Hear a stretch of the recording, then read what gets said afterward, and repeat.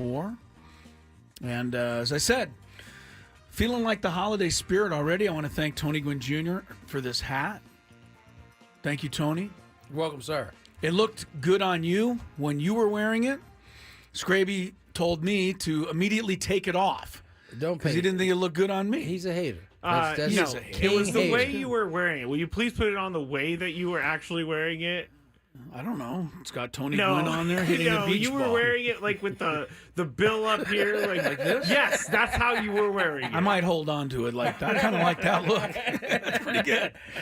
I like that. You are left-handed. You know, a lefty right. never really puts Lefties their never hat get their hats on straight. No, exactly. Also, more gifts coming in. We want to thank SDFC. Brought us in jerseys. Thank you very much to the Very new nice, soccer very club nice. here.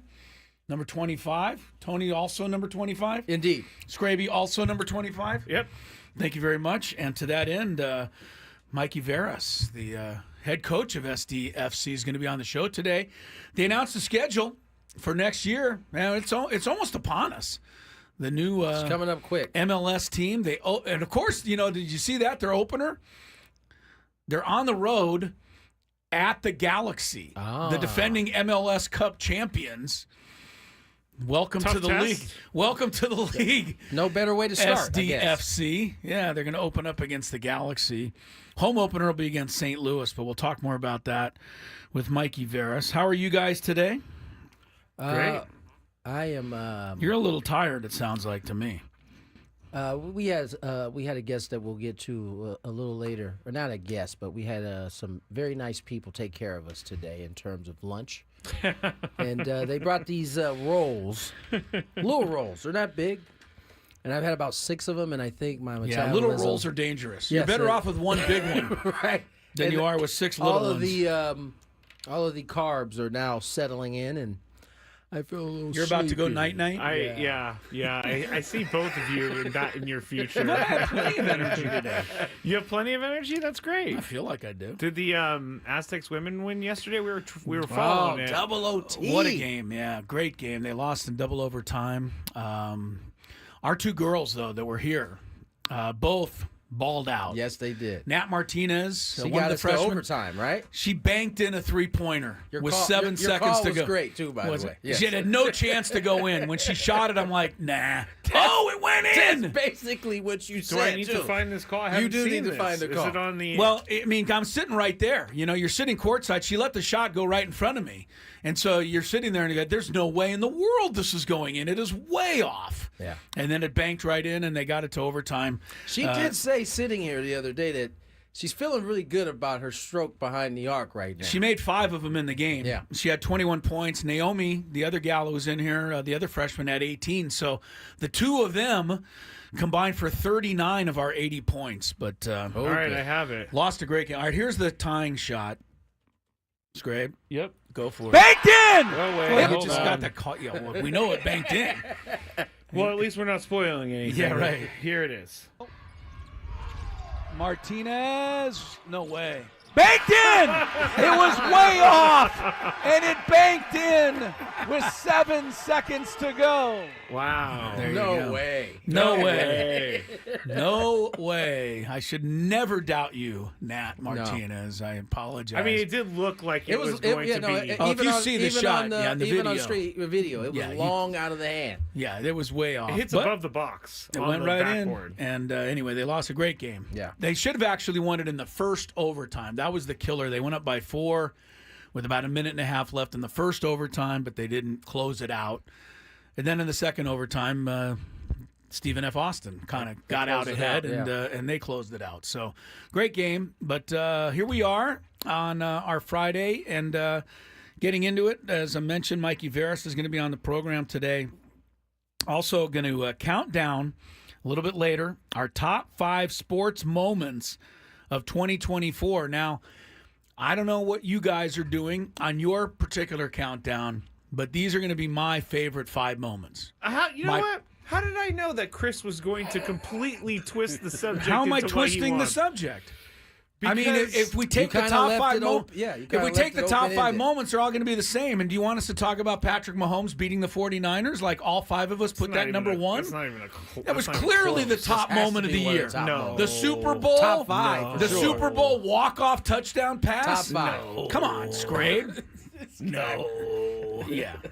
So As everybody can tell, we're very happy that today is the final day before vacation. that'll be on the program later. Okay, I guess Scraby's going to actually done a research project. Yeah. And he has figured His out five are gonna be the the actual actual top five. five Right, sports moments right. of the year. You know what? I do. The rest of think us I are going to put a pretty little good list. personality into it. I think I do have Good. a pretty good list. Good for you.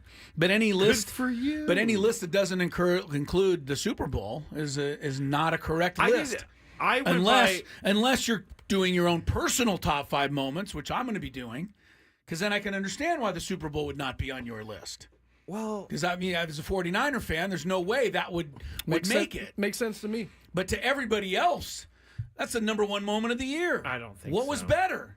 Just off the top of your head, give me one. Don't give away your countdown. But what was a better moment in sports this year, better than the Super Bowl finish in double overtime on a walk-off touchdown, or not double overtime? It was the last play of overtime. Simone Biles coming back Okay. from All right. retirement. That might be a top five. I don't know if it's ahead of that Not one. better though. than I Oh, doubt no, too this many is- people this are is gonna get there. legendary. Well, yeah. I bet. All right. Well, anyway, we'll argue over our countdown as we usually do in the 3 o'clock hour. In the 4 o'clock hour, get you ready for probably the premier high school basketball tournament in the country. I don't know one that's better. It's the Torrey Pines Invitational, and Coach John Olive of Torrey Pines High School will be on. Not only to talk about this year's tournament, but the history of this tournament, how it all started, where it's gone, how it's gotten to where it is now. This is an incredible event. I think everybody out, in San Diego knows of it by now. Yeah. So we'll talk a little bit about that. Also, got our Big Five, Christopher's the Fans Daily Gambit, and going to finish up with 3 bold predictions for the Padres in 2025. I'll make one right off the bat. I already know one of yours. Well, I know you don't, one of mine, but I'm going to give you another one. Padres will not be getting Christian Walker to play first base next year. Great bold position. Thank you very much. That is bold. I got a bold one. You got one too? Yeah, that I don't have any bold predictions for the 2025 season. See, I knew this was going to be an issue. In the text, Chris, do you remember when I sent that? You notice we're I- just having fun you and no notice- one's going to take it seriously. You notice that I didn't respond to that particular. I definitely noticed. I definitely noticed. Chris was like, cool, let's do it. Tony, I knew it was Crickets. like, I don't make predictions.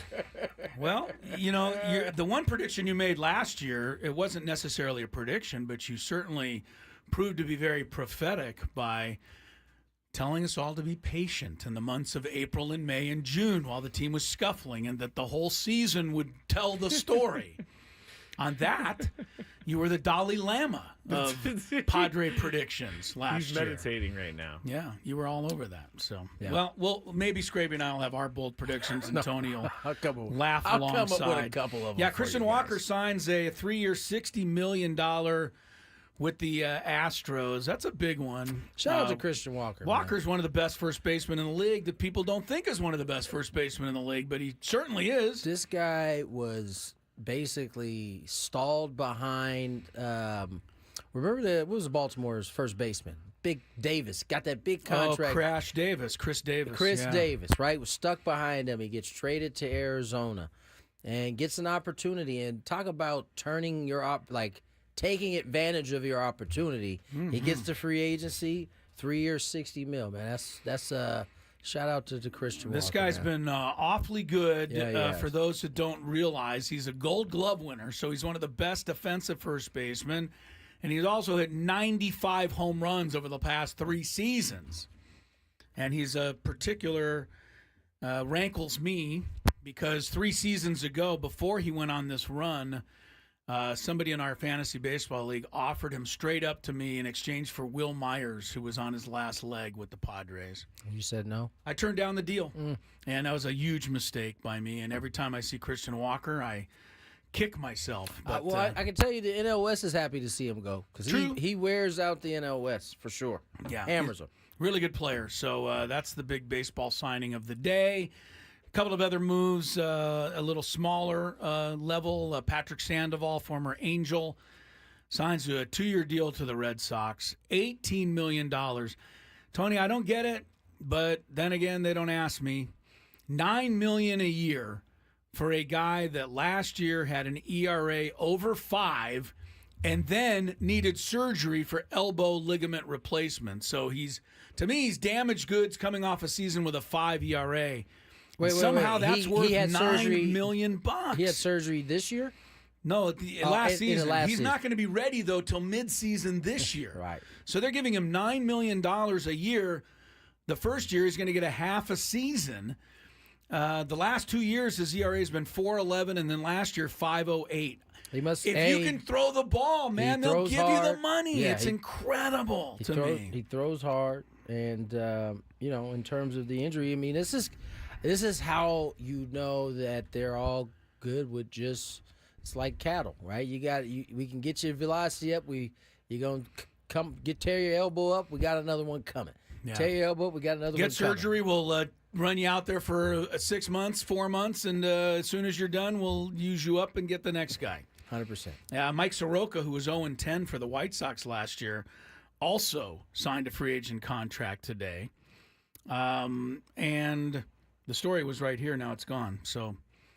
Maybe somebody help me out with the team he went to. Maybe they took the deal back. Who knows? No. Somebody help me out with the team he went. Mike Soroka. Yeah, he signed with. It wasn't Oakland. Was it Oakland? It may have been Oakland. Yeah, Oakland's getting crazy all of a sudden with their money. Well, they're about to get in trouble. Not Oakland. Nats. Oh, I'm sorry. Thank you. Nationals. Yes. Oakland, Mike Soroka goes to the Nationals. No, Oakland was about to get in trouble. Do we talk about this? Oh, we're not. They're not in Oakland anymore. They're Sacramento now. I'm sorry. You know what I meant. Yeah, we know what you mean. They're in trouble. What'd they do? Well, that was part of the reason why they signed Severino.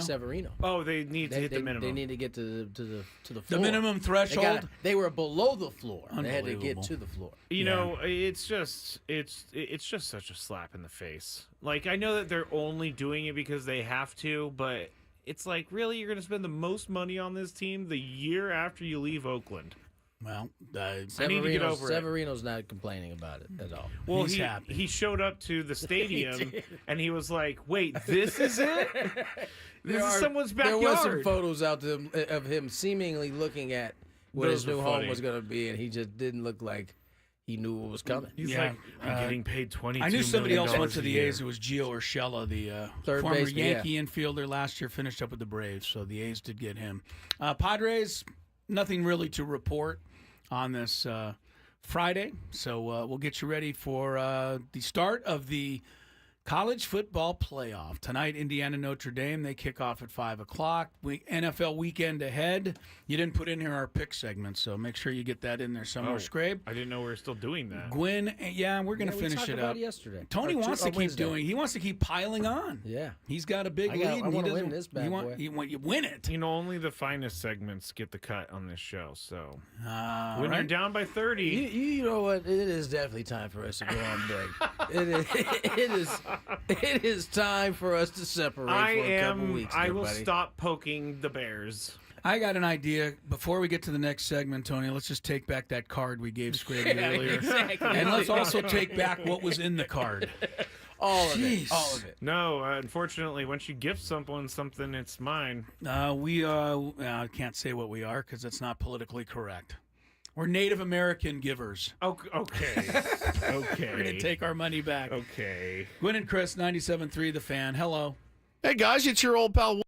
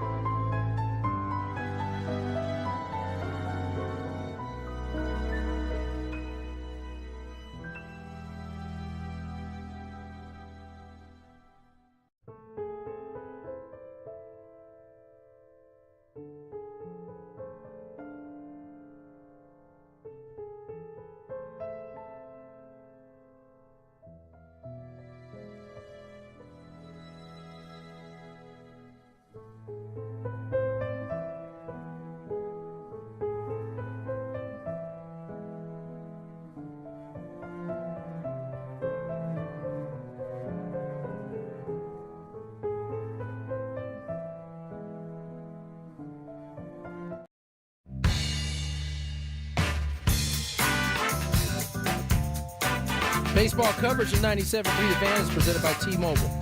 Switch to T-Mobile and you can get tons of benefits and still save on every plan versus AT&T and Verizon. Use their savings calculator to find out at T-Mobile.com/switch. It's days like this that I am extremely grateful that I live in San Diego, California, where even on a day like this where it's about 65, 66. And we're complaining about it. We're complaining about it. Yeah. Yesterday a little cold here, a little chilly. Yeah, yesterday it was a high of 80. Day before, high 84. This is my favorite weather of the year. I mean, we are very, very lucky, and I'm constantly reminded, especially on a day like today, huge college football playoff game, the first ever of its kind in this particular format, and it's taking place in South Bend, Indiana. We're watching it on TV, and the pregame show, and they got all the game day heads up there. My man, Coach Nick Saban, is freezing. He is absolutely chattering.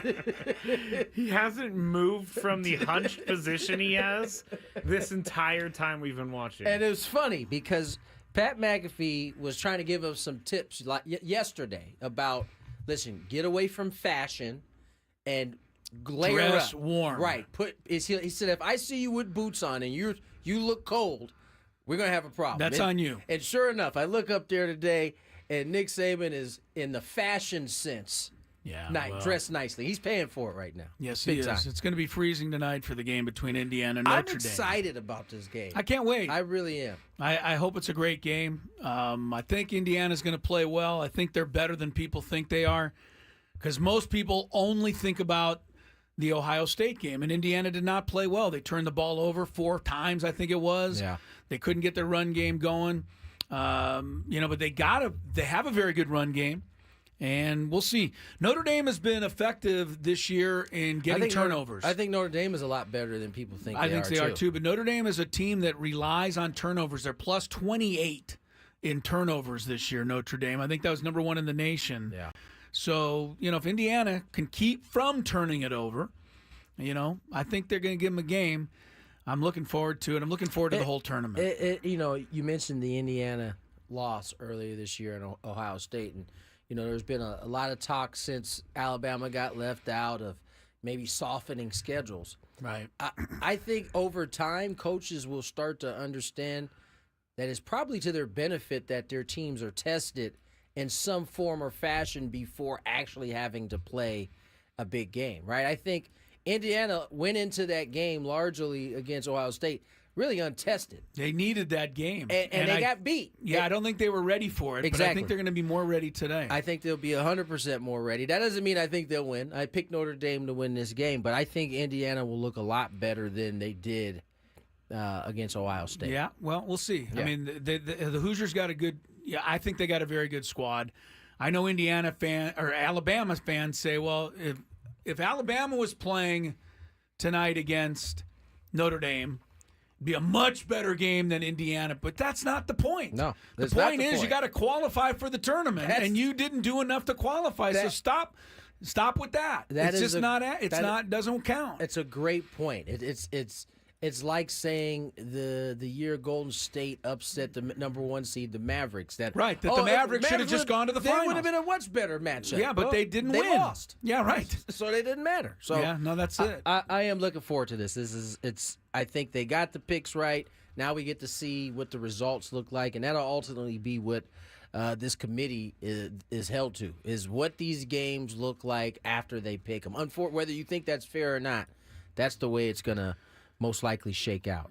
Thursday Night Football was interesting last night. Nobody cares about the result of the game. No, not at Nobody all. cares about anything Justin Although Herbert did. I was very happy to see Denver lose that game yesterday. Yeah. That made it a little bit better. It keeps it a little more open for the playoffs. Obviously, in the AFC, Bengals still have an outside shot because they play Denver next week.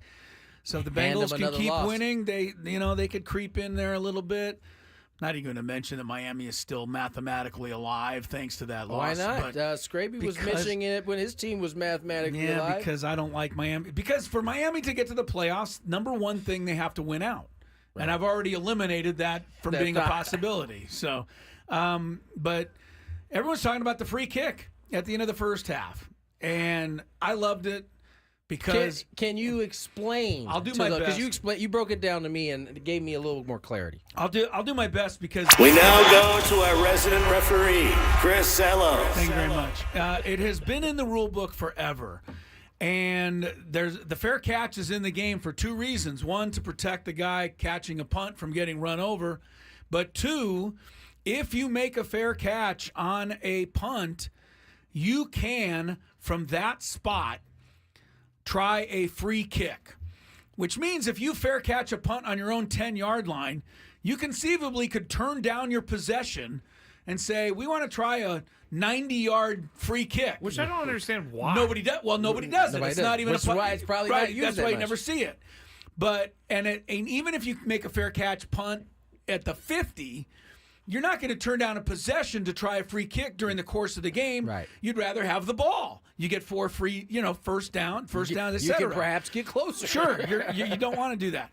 But on the final play of a half or the final play of a game, it makes some sense. And if a team is backed up punting from its own end zone or near its own end zone, a savvy coach will tell the return man, wherever you go, if you can catch this ball, fair catch Right, it. inside the And wherever it is, we might be able to do a free kick. Now, Harbaugh, he says he knew the rule. I will say this. Cameron Dicker talked about his special teams coach not only knowing the rule, but going over highlights of this happening previously in the history of the game. Now, it hadn't happened since 1976, and it was actually the Chargers who did it back almost 50 years ago. But the situation presented itself last night because the Charger went for the fair catch at his own 38-yard line. Now, had Denver not interfered with his It would have catch, been a long field goal. I don't think he could have made the free kick. Yeah. But the Denver Bronco interfered with the catch, 15-yard penalty. That moved the ball to the 43-yard line, and that's 57 yards away. And in this day and age, we know 57 yards is no big deal for these guys. He hit think- that back net. That's how. That's He how didn't much have got. any Yeah. problem making I it. almost think that kick is harder to make than a regular field goal because everybody is staring at you. You have no one. It's like a free throw. I mean, that is generally pressure. how. It's a free throw that you've never tried before. and you're back at half court taking. But that's that how free they throw. mostly practice, though. Like they don't practice with the line in front Good of them point. a lot of time. Like, when they're on the back fields, Yeah, that's right, that's Tony. That's Good how call. they're practicing. Now, I think regardless of whether you think Jim Harbaugh had direct account of this, those type of things only happen when a head coach gives his coaching staff full autonomy to do whatever they think is necessary to get their Know the rules. Be Exactly. prepared. I mean, there are little things there you can take advantage of. I guarantee you, Sean Payton after the game said what I expected him to say. Oh, we knew that was a possibility. We just made a mistake. You didn't think about it being a possibility.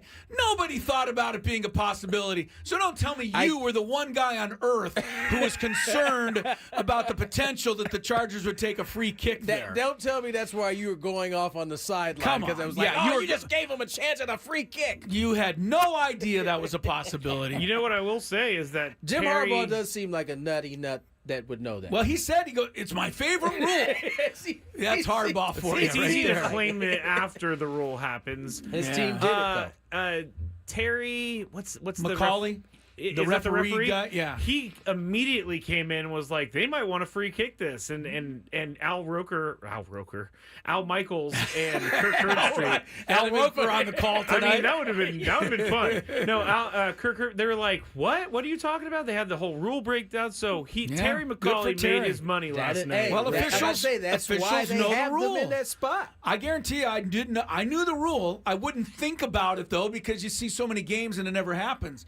But I did know that it's a rule, and the Chargers knew obviously, and it was a turning point of the game. You can't you can't really say it anyway. It was 21-10 Denver. Yeah. And then the final score was Chargers 34-27. So it really turned the tide. Before we go to break, I found out what Tyreek Hill was talking about the other day when he tweeted. talked about it, didn't he? Yes, he said, it's time for me to go coach. That's what he was saying. He wants to be a coach. Oh, it's to time go, for him coach. to go. And so all these Dolphins fans and myself included are trying to break it down. He didn't have a comma here. What does this mean? And it meant exactly what he tweeted. He wants to be a coach. Well, I would love to send my kid to Tyreek Hill for some schooling. Oh, yeah? Yeah, it'd be a little interesting. He's I going to must have to say. get some more seasoning. I mean, we have seen Warren Sapp make a change. Certainly, Tyreek's got a little ways to got a go. little ways to go. Yeah. All right, let's get to break. On the other side, Mikey Veras, San Diego FC head coach, will join us next. We'll get into the upcoming season and what he has in store. More Gwynn and Chris on the other side. Ben and Woods on the Fan.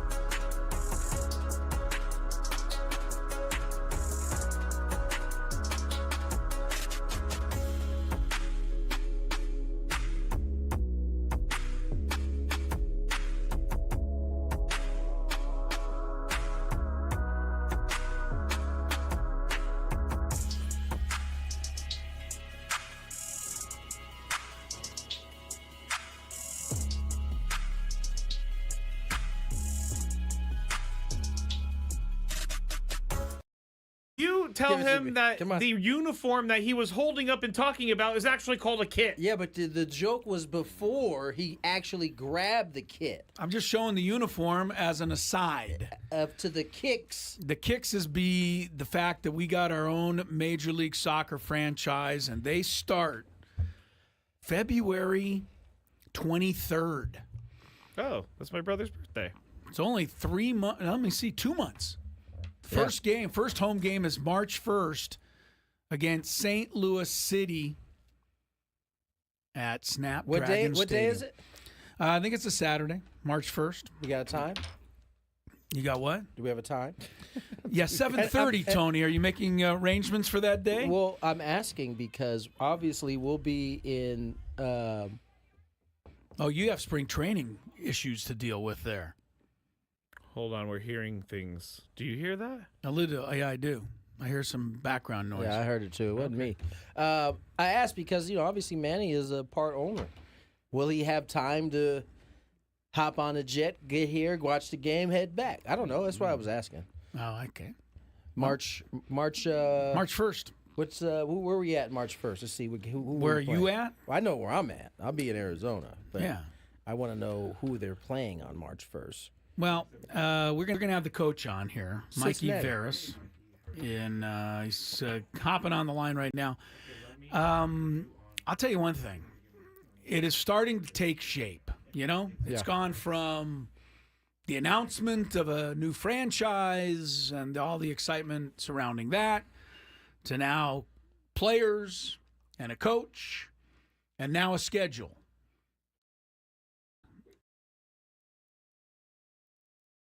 Varas, the head coach of SDFC. Mikey, thanks so much for being with us. We're excited to have you on. How are things, sir? Yeah, I appreciate you having me on. Things have been pretty crazy, but all good. Really exciting times. Yeah, San Diego, I mean, I think it's a soccer hotbed. I think you guys are coming into a great situation here. How excited are you right now? You got 2 months to go. But it's gone from, like I was just saying, being on paper to starting to really take shape. You got players now. You've got a schedule now. You've got uniforms. Now all we need is a game, right? That's exactly right. Yeah, well, we all feel so blessed and fortunate to be part of the community of San Diego. And, yeah, it just gets more and more real. I think the next step will be getting people in that Singing Hills facility and start training. And then, do some training and then start playing games. I totally agree.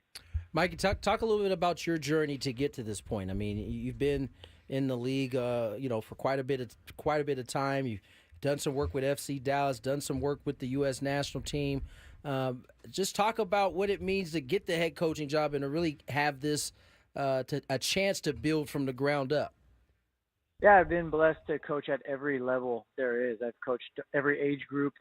And just been really lucky to partner with a ton of great coaches and players that I've learned so much from, and just been fortunate to be in the right place at the right time, be surrounded by amazing people. I got to work at FC Dallas where we had a great youth development pipeline. We had a lot of FC Dallas players, academy players debut in the senior men's national team, go on to play in Europe. Then I got to work with the men's national team, which was the honor of a lifetime up until this point in my life. And then, Right to Dream says everyone has a right to dream. And, I believe that, my dream has come true, that I get an opportunity. They've blessed me with this opportunity to show who I am at the first team level as a head coach for such an important project and such an important city. Mikey Veras is the head coach, SDFC. And first game in San Diego is coming up March 1st. That's not too far away. Mikey, how would you describe your coaching style, and what kind of action do you want to bring to the pitch and all of us fans here in San Diego? Yeah, from a coaching style perspective, I consider myself as a leader who wants to set conditions for success. So the idea is to put players and the talent they have in positions to be successful. I also try to run on the idea that don't let too smart of ideas get in the way of common sense when it comes to coaching. Pick the right players, pick the right relationship between players. What is the left winger? How does he interact with the left fullback?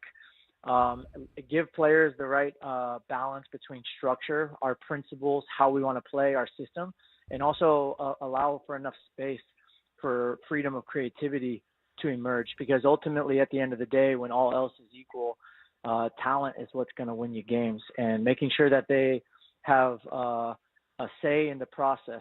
We really believe in partnering with the talent. It's not about me managing talent. It's about me partnering with the talent. That's our staff, those players. And then ultimately what we want to do is we want to step on the field and be an aggressive team. We want to be a team that takes initiative in the game, goes after the game, wants to be a goal-scoring team, right? So a team that's more proactive, exciting football, creative and dynamic in possession, and then at the same time aggressive and physical, to have a warrior mentality and press. And ultimately we want to be a team that the city sees themselves in. We want to be a reflection of them and that want them to be proud. And this is a hardworking area that's also creative. It's a very unique region. Mikey Varas joins us here, head coach of the San Diego FC. And speaking of talent, Mikey, you guys just had the expansion draft followed by the super draft, and you guys took Manu Dua, the first pick overall. Does he fit that mold that you're talking about, this young man? Absolutely. Manu is skillful. He's tall and rangy. He's 6'4". He's going to be able to eat the field alive. And most importantly, he's got a tremendous growth mindset and a warrior mentality. This is someone who's been away from his family for a long time, and to pursue his dreams. He's got character about him. And then the most important thing about Manu is that his ceiling is really high. He's got so many different levels that he can get to, and he's got the right mentality to get there. Mikey Varas is the head coach of SDF FC. He's our guest, and we're really excited to have him on. Scraby's especially excited because Mikey went to the university or played soccer at the University of San Francisco. Oh, very nice. Your alma mater, Scraby. Yes, go Dons. Yeah, go Dons. Nice. Look, you said you like to score goals. Could we be the first team in MLS history to, let's say win a few games 7-6, 9-8, or would coaches and everybody lose their mind if something like that ever happened in an MLS game? So if you're winning too many games 7-6, those scores would be pretty tough to attain because ultimately at the end of the day you play against somebody else and they got tremendous players. And in the game of football, if somebody wants to lock you down, it could be very difficult to score goals. I think also it might not be great for my blood pressure. No, I wouldn't think so.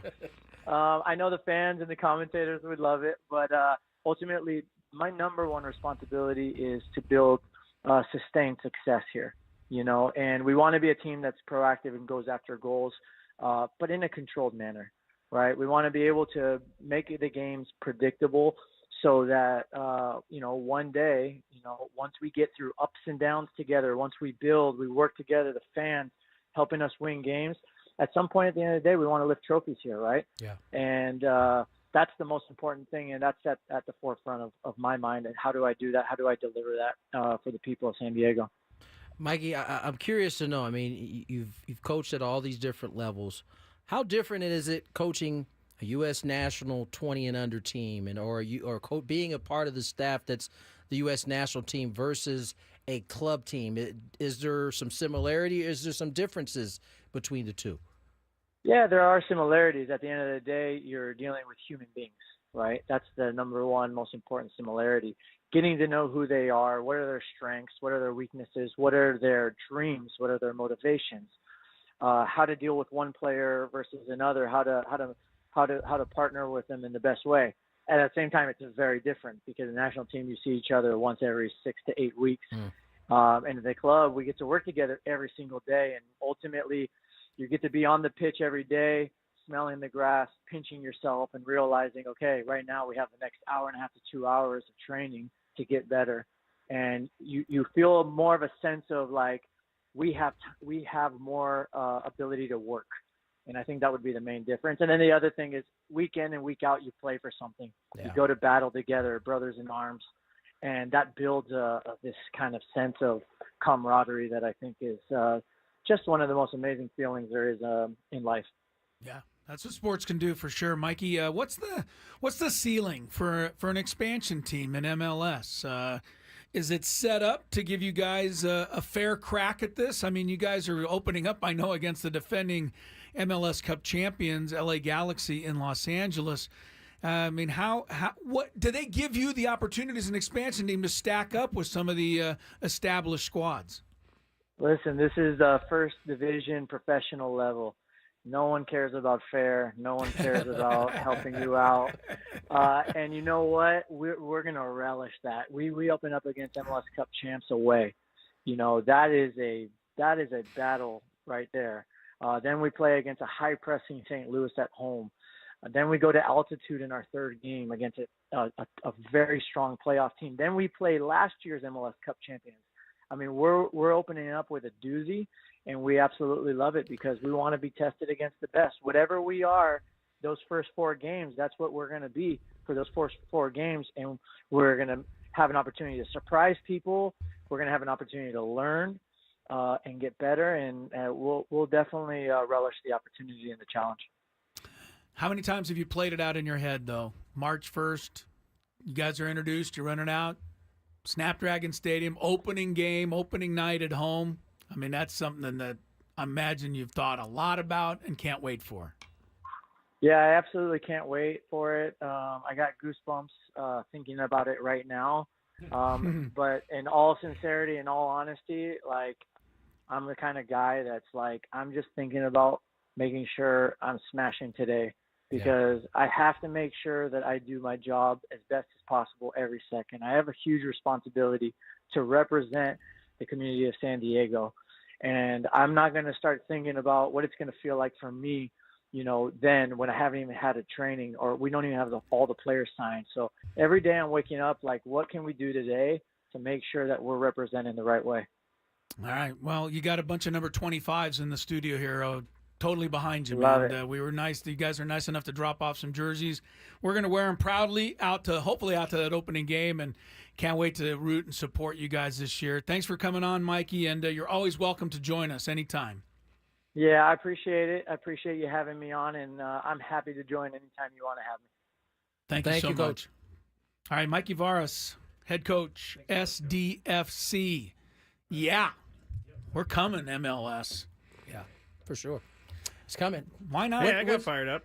When's the first I know the first game is in LA. When's the first home game? Do we know? March 1st. March 1st, St. Louis City. That's the first one. So, yeah, at LAFC on the Tony? He's like, he has these weird Did I throw you eyes. off? You did. I thought, All right, the first game is February 23rd. Okay, The home in opener. Los Angeles. Okay. And then the Home opener is home March opener 1st. is March 1st. Gotcha. Correct, sir. all right. Yes. Now I'm caught up. Now I'm good to go now. now you're Do caught I need a up. pie chart? Do I need a pie chart? The good news for San Diego fans, I think for San Diego soccer fans, they don't want to wait for the home opener, right? Is that the opening game is at Dignity Health Sports Park in Carson. I mean, that's, you know, It's right up the road. it's a drive you can make, right? Go up not and far. see the inaugural game in LA against the Galaxy, and then come back for the home opener. So I'm fired up. It's a big deal for San Diego, right? We have one, now 2 major pro sports franchises in this city. I mean, That's all we have. We don't have anything else. I mean, I'm sorry. I mean to leave people out because everybody's going to say, well, what about my team? What about my team? But I mean, MLS considered one of the top 5 sports in this country, and we now are in it. So I'm excited. I mean, that was the whole game plan when this whole stadium went up for vote, right? Was that at the very least you'd get an MLS team to go along with a new stadium for San Diego State, and that has come. It will have come to fruition on February 23rd, to be exact, when the team faces their first game, and then at home on March 1st. Scraby, did you ever play any soccer? I mean, Tony watches soccer all the time. Can you kick at all? No. No, No. I'm not a Gravy soccer doesn't guy. look like the type. Well, but you of made a soccer 40-yard field goal that one time. Hurt your kicking muscle. I did hurt my. Guy. First of all, my he did flexor not make a digitoris. 40-yard field goal. make He a attempted to make one that ended well short. Do I have to go dig up that video? I did end up short. Yeah, it did I'm about end to up say, short. you can dig that one It up was if you right want. around the time that Cody Parkey missed his 42-yard field goal, and everybody was trying those things. And Cody Parkey was at the Bears. Double Bears? doink. Double who did doink. his own interview booking on the Today Show for the team, which got him kicked off the team. But did I play soccer? I played when I was really little, and Your I was feet not seem a little good. heavy. Yeah, that's why I went to football at like the age of 8 and just decided I wanted to like hit people instead. But Soccer's a did you? physical sport? Oh, totally. Soccer No, is I've definitely a I've physical sport. never ran around and tried to kick the little ball. It's not little. I mean, I feel like that was a disparaging remark about the sport, but I don't mean it like that. I mean, you know. I played a little soccer when I was a little guy. what position? Wasn't for me either. I don't know if I was even You're playing. striker? It was back when you were the age where you're hurting. It's not really a. Oh, You're you're not just really picking like daisies? set up. You're just kind of all chasing the ball as it's going. just running. You're like after a the flock ball. of bees. Right. Yeah. Right. Yeah, I That's know what about you the mean. age I One of was my playing. friends had like a 4-year-old, and I went to the soccer game one time, and it A was one of the. 4-year-old? It was so fun because all they did was just no one wanted to kick it in the goal. They just wanted to kick the ball. It didn't matter where the ball was going. It was great. That sounds just about like herd right. mentality around this ball. Yeah, right. That's how youth soccer begins, with Yes. everybody chasing the ball. I will say this for the MLS. I mean, I don't know. I'm going to be critical of the league for one thing. Just one Saved by the tiny Bell. thing. No, just one tiny thing. I think they should have given us Miami on our home schedule Why, man? as an give us expansion Messi? team. Yeah, expansion team. Give us a boost. Send Messi out here. I don't think they want to risk him not playing and then angering. Well, I mean, If I would've there's no chance of facing him right now because Miami's not on our schedule. They're not on the schedule, period? No, you only play everybody in the West. Miami's in the East. You only have a few games against the East. Yeah. Miami's not on there. If Messi was That's all coming I'm to town, saying. I I think would they go. should have sent. First of all, send we, Messi if out. it, I guess if he was coming down, we would have known a long time ago because those tickets would be. Gone. Well, the schedule was announced today. I don't think we could have known it before today. They're already gone, Chris.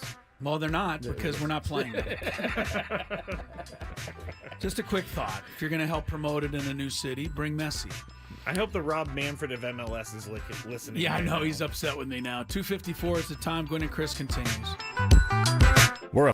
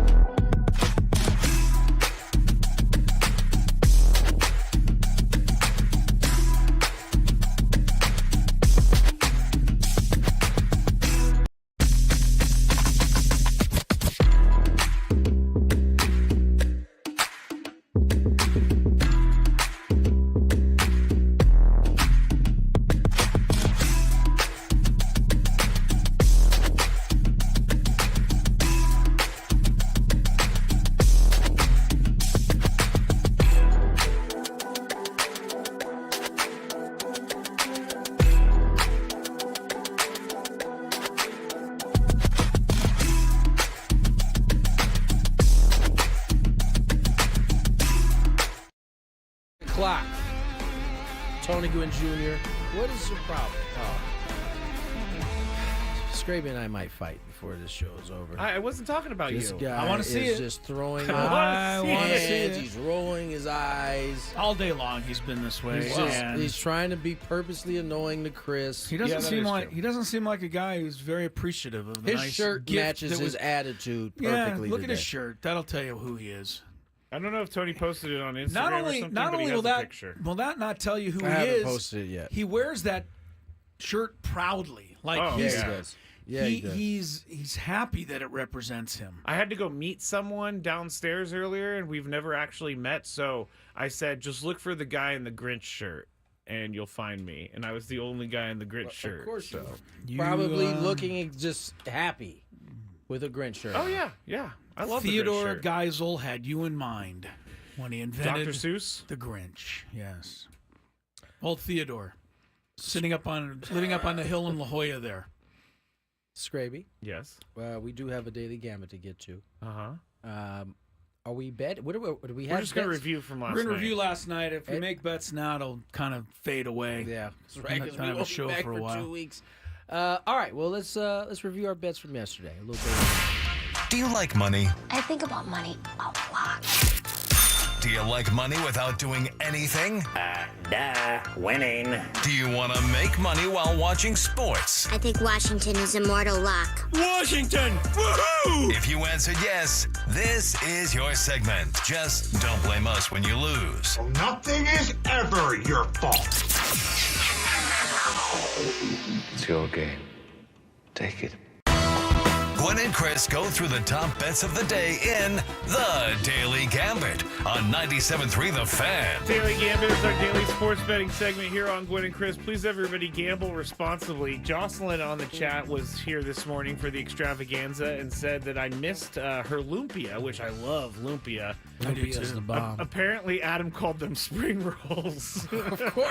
Of course, Adam called them spring rolls. I'm not making fun of you, Adam, Yes, because we are, they look Adam. exactly like spring No, rolls. they're Adam not Klug spring. trying to Americanize everything. He called them spring rolls. It's amazing. But I mean, they do look like spring rolls. No, so if you've no, never if had you- one before. That's how you know he's not from San Diego or California in general. or California. in Lumpias general. are pretty legit Yeah. here in San Diego. Really? Oh, Yes. yeah, for sure. I don't Got think a I've ever. lumpia house. You don't even need to go south of the 8 for a good lumpia here. in Where do San I go Diego. to get a All good lumpia? over, baby. All over. Tony knows it, and he's in Poway, so he knows. He knows Okay. where the lumpias are. All right, then I am gonna go be finding me some lumpia over the holiday break. They sure taste good. Yes, they do. All right, let's get into our bets. We only made 3 of them last night, so it's gonna be quick. You only made Broncos. 3? Yeah, it was really the only thing going on last night. All right. Well, are you upset with me? No, I thought we had more. Oh. I'm surprised I only put 3 bets together. You weren't here sound like- yesterday. Oh, fair enough. Fair enough. Now I okay. understand why. I was like, why is he so angry? Now I understand. Yeah, I was like, I never have only 3 bets. He was about to be upset with himself. I was going to be there. upset for that. Yeah, it was all me. It was on me. Broncos at Chargers. Chargers were -2.5 on the spread. Tony chose the Chargers. I chose the Broncos. Chargers win by 7. Go 34-27. Chargers, go! Gus Edwards over under 9.5 carries last night, and let me tell you, Tony, it looked bleak in the first half because he was limping pretty good to the locker room. You chose under. I chose over. He actually had 14 carries last night. So Dang it. He goes over. 2 touchdowns for Yeah. old Gus last night. Old Gus. Yeah. I don't know, yeah, you're right. I don't know why, but the name Gus just makes me feel like they're old. Seems like he's been around for a while. Yeah. But maybe not. Justin Herbert, over under 229.5 passing yards last night. Tony went over, I went under, and he had 284 passing yards last night. I got to say, it was a big night in the NBA last night. I know that wasn't on your list, but Yes, it was. A Lakers big got a night. nice win, and LeBron passed Kareem most minutes ever played in the National Basketball Association. Kareem was mentioned a couple of times last night. Good to always get Kareem in there. Yeah, it was. Karl Anthony Towns put a 30-20 on his former team, the T-Wolves, last night. First player to do that against his former team in the first game since Kareem did it to the Bucks when he was with the Lakers. So good couple of mentions for the captain last night. I was happy to see that. Yeah, the Knicks are feeling really good about that trade for Carl. I told you 2 weeks ago, I said, is it too early? And you said, it might be too early, but so far it's been all Knicks. It's been all Knicks. All Knicks. Randall has not done it for Minnesota. The other couple of stories last night. How about them? How about them Bulls? All right, you want to go there first? Yeah. I was going to save it, but the Bulls go into Boston and beat the Celtics. That's a stunner. And my guy, Joe Mazzulla, loses his mind. Blech. It was really kind of a fun. I enjoyed every second of this, Tony. It happened in the fourth quarter. There was a scramble for a loose ball, and Jaylen Brown thought he was fouled as everybody was diving on the floor. And they didn't call a foul. They called jump ball. So Joe Mazzulla came on the court. He got a tee. And they walked Zach LaVine down to the other end. He shot a free throw. They came back. They lined up for the jump ball. Jaylen Brown was still yelling and screaming, so he got a tee.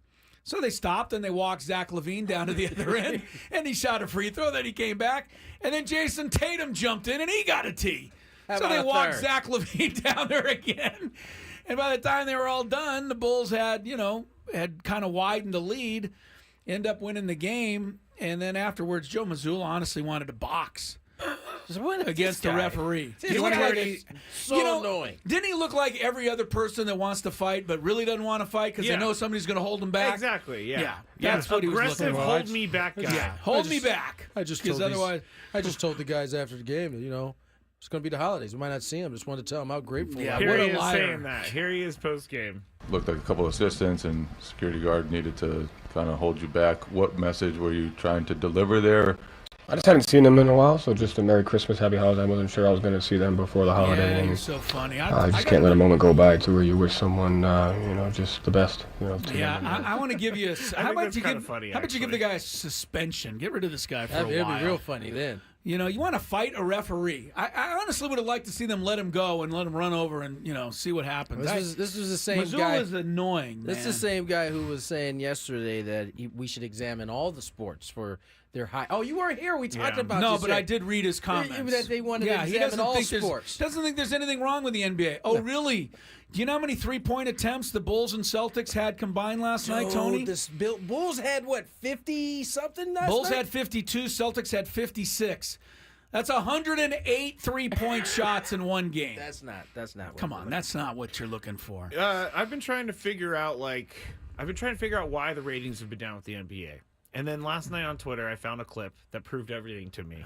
And it was the Celtics against some other team, and it didn't seem like there was any edits, and it was just them going back and forth, shooting threes, not making any of them for like 2 minutes. I think just going down shooting. I think that's how the game started, that particular game, where it was just missing shot after shot after shot. Speaking of miss, how about Steph Curry last night? Did anybody see his final line score?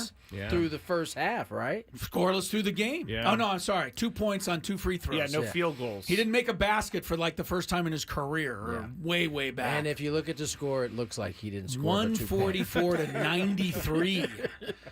That's not going to keep your interest. Pretty much what it looked like when Steph 51 Curry doesn't point score. beat down. All right, anyway, that kind of is the night. Nate says, as a Celtics fan, I can't stand Mazzulla. Hey, Nate, way to go. That's coming from a Celtics fan, That a boy, too. Nate. I like it. You know what's fun about this whole thing? You know what the funny thing is? For the first time in the history of the Celtics organization, I actually like the players. You like the Celtics. Mazzulla's rooting it for you. Mazzulla is just, he's just absurd most of the time. You know what's fun about this whole thing is that Tony never has he never has a bad thing to say about any athlete or coach, but he despises Joe Mazzulla. Just the way he talks and is like, he's a philosopher. Remember? He's a philosopher. He's a philosopher who thinks he's already smarter than everybody because he won one championship. That's the feel he gives me. Calm down, Joe. I didn't actually know how much I enjoyed them blowing that lead a few years ago until now. Like, now I realize how nice that was to see him in that state. Yeah, I enjoyed the Bulls beating them last night, except for the fact that it's the first of a home and home, and they'll be back in Chicago tomorrow night, and I have a feeling the Celtics will destroy them. But for one night at least, the throwing Bulls up bricks like they did last night. True that. All right, let's get to. We don't have any more bets to make, but we do have our NFL Pick'em segment for week number. I think it's 16 now. Wow. It's time for Tony and Chris to face off. Playing for a season-long prize of pride. I see pride. I see power. The guys make their picks, and then they stress over their picks all weekend. No! Please, no! No! No! Gwynn and Chris NFL Pick'em starts now. Chris, before we get into this, have you seen Cool Runnings? Ages ago, right? Put it on the list. Feel the rhythm. Feel the rhyme. It's come on something. It's bobsled time. Chris, you're I gonna didn't have know to that watch. part either. You're gonna have to watch Small Soldiers, and you're gonna have to watch Cool Runnings over the break. That's a good one right there. We're giving you good movies. I bet. Tony's having good times in the NFL Pick'em. The score with 3 weeks to go is 97-66. I feel like Steph Curry and the Warriors right now. But anyway, we will make our picks anyway. I'm first this week, 3-point pick in the NFL. I guess Buffalo. They can't lose at home to New England, I wouldn't think. After the way they've looked the last few weeks, I'll take Buffalo as my 3-point pick. Tony, how about you? I will take Green Bay at home against New Orleans. That's the Monday Night Football game. Yes. And I guess they can't change it. Nope, so they can't flex that. Yeah, we're stuck with that. It's supposed to be real cold too. Saints probably will be without Derek Carr. They'll definitely be without Alvin, Kamara. yeah. Kamara's probably not going to play. Spencer Rattler is going to start. Yeah, that doesn't bode well. Next up, 2-point pick for me. This is always this quiet when we do this? Did we ever have music underneath it? I feel like we do. Whoops, that's not the one I wanted. That's not it. I've given up, everybody. Last day, everyone. Okay, we'll go with this. All right, I'll take the Bengals over the Browns. Browns going with Dorian Thompson-Robinson. The Bengals now with not a great shot, but a legit shot to get in. They win this. They get Denver next week. Joe Burrow could take it to the final week of the season. I don't think he's going to let this opportunity go. I'll take the Bengals. That'll make my son so happy. Oh, he loves the Bengals. Loves the Bengals. Trey. Trey Gwynn. Let's see. Bengal fan. That Atlanta one is tricky. Did you see the stat on that game? I did not. Atlanta's favored by 8.5. It is the highest number for a quarterback making his first ever start. I can see that. In like 30 years. It's been a long time since a quarterback making his first start was this much of a favorite. Go ahead and give me an ATL for You're going to take it, though. Do you know how Michael Penix Jr. found out or where he was when he was at Costco? He was at Costco. Yeah. Apparently eating a Costco hot dog. Spending $1.50 on a hot dog. Michael. It's the one thing that hasn't gone up during all this time. Thank you, is Tony. Costco hot dogs. I like baby. Michael Penix because he loves the simple things in life, but he can certainly afford have you ever had a Costco hot dog? Is it that good? I think it might be the best value in the United States. For a my drink, kids love Costco hot dogs. A drink and Costco hot dog for $1.50. That's the best deal in America. Yeah. I know, but Michael Penix doesn't need to make the best deal in America. I like that about him. Hey, this is how he doesn't end up on one of those that 30 for 30. What is it? Broke. This is how you don't end Not up Andre on it. Rison? Was he He one was of on them? there. Okay. He was one of them on there. For 1 point, I think Baltimore's going to take down Mike Tomlin tomorrow. 6.5 point favorite. Baltimore wins. It's a tie in the AFC North. Steelers. I love you, Mike, but I don't think you have as good a team as Baltimore. That's my 1 point. Tony, what's yours? They're a little banged up too, by the way. Pittsburgh, yeah. No George Pickens.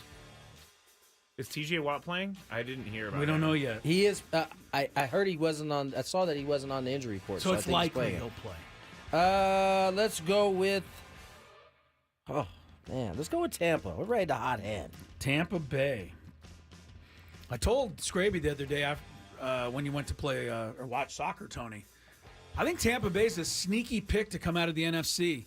I don't think anyone's going to pick them. No, right? I don't think no anybody one is. will pick Tampa Bay. Those would be the odds you should take, though. Remember, they beat the Lions and they beat the Eagles. They beat them both this year.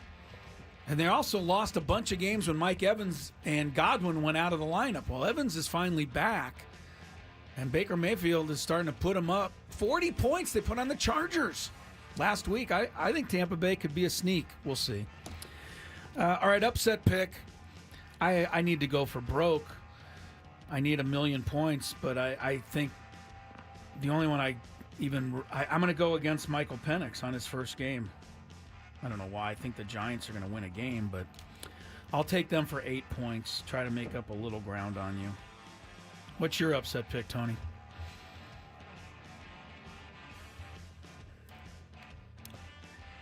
Cleveland. Oh, didn't beat the Bengals. You're just trying to pile on.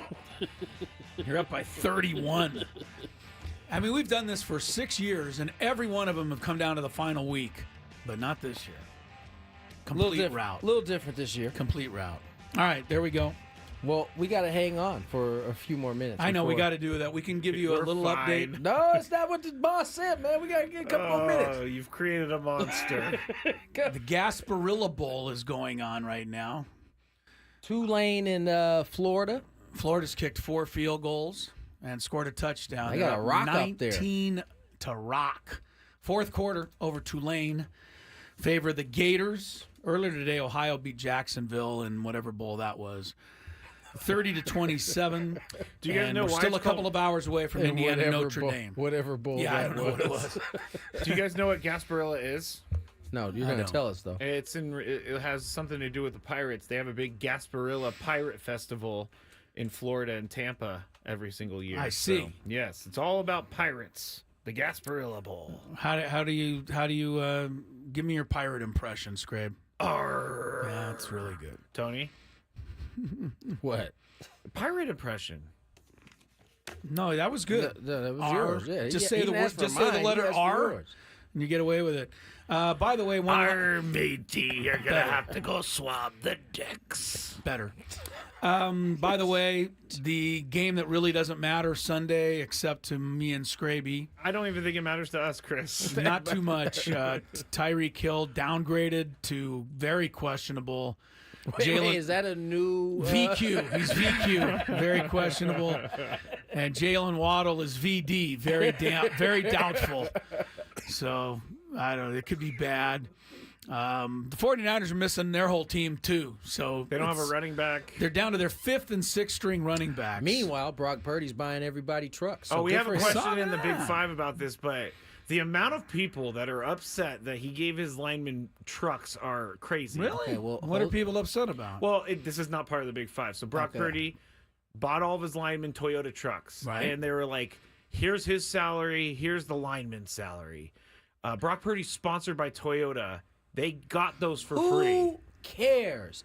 Mind your business. Yes. That's what so many people are Mind upset your about business. that. That's They're it. so and it's like, okay, yes, Brock Purdy's not paid very much, but this is a commercial for Toyota. They're giving them the trucks. Mind your business. Mind people. your own business is right, Tony. That ought to be everybody's Should New be- Year's resolution next year. Mind Take your care of business. your own business. Yes, please. It's something we all could use Let's a get little some- bit more of. Dominic on the chat has a very good point about Jalen Waddle's designation. VD, very doubtful. Not a good acronym. So. Yeah, I know it's not a good acronym. I noticed it when I said it. Let's get to break.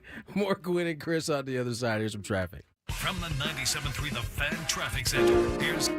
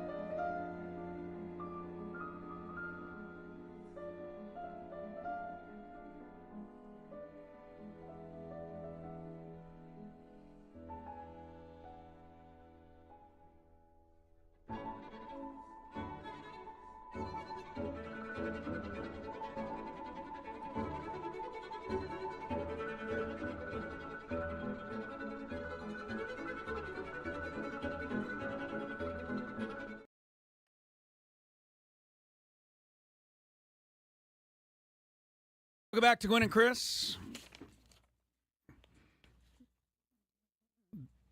What is the read? I'm not trying to be crazy, but It's the okay. game day traffic report read, is that the one you want? Is that what it says? That's what it says. Ugh. Is that what is not supposed to be read there? No, but I did copy and paste today, so that came directly Welcome from... to the last day before break. You know what Tony did on Monday? He looked at the sheet and he goes, "You already on vacation, bro?" I'm like, "Yep." Well, Scraby's biggest thing here the last month has been to get me to start looking more at the sheet. And every time I look at the sheet, I get myself in trouble. I don't know. If So that's I don't true. know if I really want to look at the sheet. I was better off before I started looking at it. You're right. It's supposed to say this hour on 97.3. I see this This hour. this is the first time I can recall Matthew, like from the beginning of the week, ready Just to kind of being already on vacation. He was ready. He's usually not like that. I have 2 other jobs. My brain is fried. He's broken down today. I am ready to do nothing for 2.5 weeks except for hang out with my dog Lucky. And don't you guys all think out there that he'll do anything but that. Nothing. Actually, in the second week, I'm going to be making sure Ready. that you watched your movies and everything. Hey, you're supposed All right, to well, then watch. I'm going to give you a list of movies to watch, Okay, too. Yes. 3. Yes, Yes. finally, it's Yes. happening. Give me 3. I have 3 for you. You have 3 for me. This hour is brought to you by Crystal Geyser, Alpine Spring Water. What makes Crystal Geyser Alpine Spring Water different? We always bottle our Alpine Spring Water less than 1.5 miles from the spring source itself. Thank you, Tony. And all of our bottles are made with 50% recycled plastic from our own recycling plants. Crystal Geyser, bottled at the spring source. I have a thing about bottled water, but I'm not going to go into it now because I just read a nice report from one of our sponsors. Well, then let's talk bottled water later. Then We might have to talk about it a little later. All right, I'm sticking up for all of you out there every time I whine about a sports event being streamed. Now, I get crap for it from Scraby because he always gives me the old, well, you just don't know how to work it, the whole thing. I get painted as such a villain. It's not that I don't know how to work it. That is true. But the reason I don't want everything streamed is because the more that they stream, the more they're just going to continue to take away free television from us and put it on streaming. And now Netflix is continuing its world takeover with the acquisition of FIFA.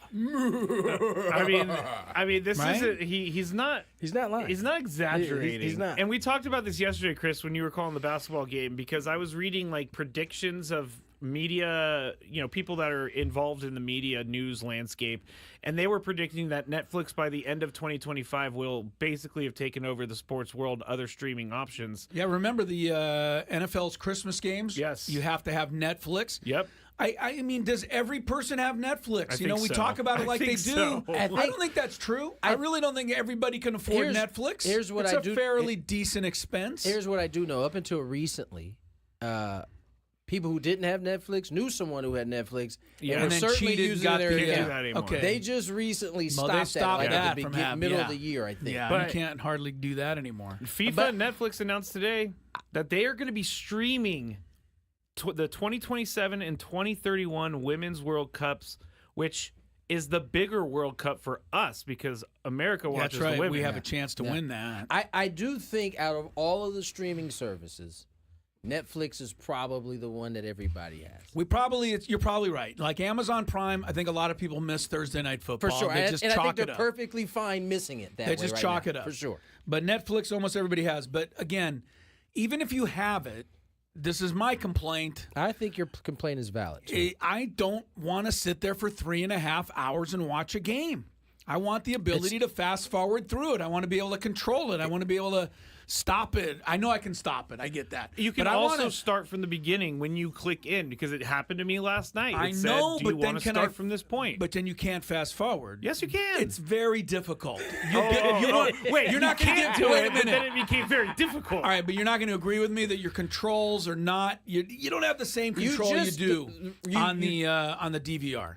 That's accurate. I think it just depends on your remote. Okay. That's true. I think the thing that you can't do, which bothers me, is you can't toggle. Peruse. You can't. Right. You can't. Right. If you do commit 3 hours to watch the football game, you can't run over to the basketball game during commercials. Absolutely not. Which you just is why I think they're doing this. I know it's why they're doing it, but it's why I'm continue to rail against it. I don't like it. Isn't it funny? The ultimate person that is holding us hostage are the commercial makers.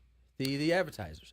They were so mad that we were flipping the channel and not ever seeing their stuff. Right. They're like, we're gonna find They a way finally came up with a system where you watch this. we have to watch it. And I mean, anybody that gets YouTube now, YouTube channel, or just general YouTube, if you download a video on YouTube, they're always in the middle of a word when they cut out to the ad. That's true. It's like, hello everybody and welcome to end. That's for people that aren't doing their job on the back end of YouTube, because you can place those ads where you want them. Yes, but they put them right They in the clearly middle. don't. Yeah, They clearly don't the care. YouTube AI is placing them right in the middle of a word. Yes, they are. They're also thinking Is that what we're gonna do now? Are we blaming everything AI when It it's is. messed up? It is. It's not a human error. No. Putting it in the wrong spot. No, it's AI now. It's the humans coding the AI, but the AI is learning from itself. Oh, hopefully. Have it you ever learns- seen iRobot? Okay. Hopefully, yes, I love that. One of my favorite movies of Better all put time. that on my list. Have you not seen it? I don't think so. You haven't seen Should that go iRobot? on the Yes, list? That's the Those third. are All right, the we got three the you want third me to one. see? That's the Yes, third. you're gonna watch Cool Runnings, Small Soldiers, and iRobot, which is kind of the most random list of movies ever. Every time iRobot. What was the third one? Small Soldiers? Yes, Every time iRobot comes on TNT, you watch it. I watch it with commercials. Will Smith is great in it. He is. Fantastic. But hey, they're also thinking that Netflix is going to start having talk shows by the end of 2025. I got a question for you. How many talk shows can we have? No, it's not. Maybe you should hold this for the other side. We Okay. should. Yeah, Because we're at the bottom of the hour. Take a break, and then we'll get to what Tony Such had. restraint from us. It's the final show of 2024 for us, and it sounds like it.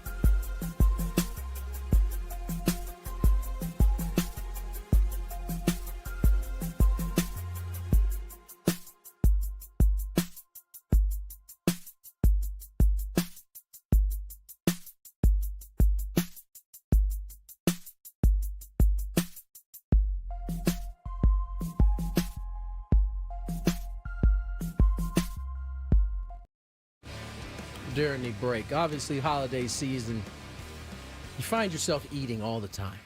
There's a lot of food available. There right? is. Every time you turn around, somebody's got something Lots for you. of baked goods. There's just food galore come this time of year. And somehow, we were talking about the cold fries we were eating in between the break. And we were talking about...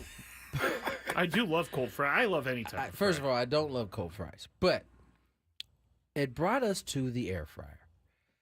Which, for all those of us growing up on French fries, like the majority of us have been, there was a time where if you didn't eat your fries hot, it was a wrap. They had to go into the trash. Ever since the you just had to eat them, which we did many times. Yeah. Certain fries can be ate cold. Certain fries are not edible cold. True. But the air fryer has changed the whole ball game. It has. It is like Frankenstein. It's not quite the regular person or the regular French fry, but it's now good enough to actually enjoy and reheat. It totally is. It's a game changer. It really reheats everything you want to, and it's perfect. And there's no oil that you have to worry about. Yeah, that's what I don't like about it. That there's no oil. Yeah, I like the oil. I mean, if I'm gonna have a good French fry, why I don't want you just buy a deep fryer? Why do I want it healthy? I'm eating French fries. But that's the thing about a French fry. I mean, it's already saturated with oil. But when you throw them in the air fryer, that oil comes back to the surface again. Yes, it bubbles, Chris. This is what, Chris, have you had reheated air-fried French fries? No. Oh. I just eat them cold, and I don't worry All right, about here's it. your deal. a big game changer. You're going to buy some French fries. I have an air Wait, you have an air fryer too? Yes, Lori has. Okay. She uses it for her dinners. I don't touch it. You're going to go get some fries. I don't know that she'll allow fries in it, but I'll give it my best shot. You're going to have to use some negotiation. Negotiation. Because I don't think she's going to allow that in there. Honey, can I put some really fat for you French fries in your air fryer? No. What was no your question, Tony, that you left us with? I had a question. Yes, and I know your question. It was, when will people get tired of listening to podcasts? That's what my question was. That's what my question was. I had a question. Yeah, there's a podcast everywhere now, and maybe you can refresh my memory. When did podcasting really start to? 10 years? Longer? Yeah, 10 years. Did it blow 10, up during 12? COVID? Podcasting definitely got more people into it during COVID, for sure, because everybody had their own thing. The thing that I have the biggest problem with podcasting is I don't know what's a good one. I mean, it's such a wide open, right? You type in sports podcast, 10,000 of those will come up. How are you going to really? How do you know which ones worth listening to? Suggestions from people that listen to a bunch of podcasts. Like, I am a podcast person. I've already been curating my podcast list for when I drive up to Northern California next week, and so I already have all of them ready to go. What makes you a podcaster? What is it about that that draws you in versus? Well, reading versus podcasting is watching. way more specific. If I like one of my favorite podcasts, I'll give them a shout out. Last Podcast on the Left, they talk about, like, right now they're doing a series on the Black Dahlia, so they talk about that stuff, and it's like a history lesson, and it's kind of like a storytelling. Why don't you just see the thing. movie, The Black Dahlia, and then you're all good. But they're doing it more in depth. They're going like 4 episodes into it, talking about all the different suspects in it, and like it's more in depth than a movie. So you think that podcasts, and I'm not saying I care either way, I'm just asking out of curiosity, you think podcasts are here to stay forever?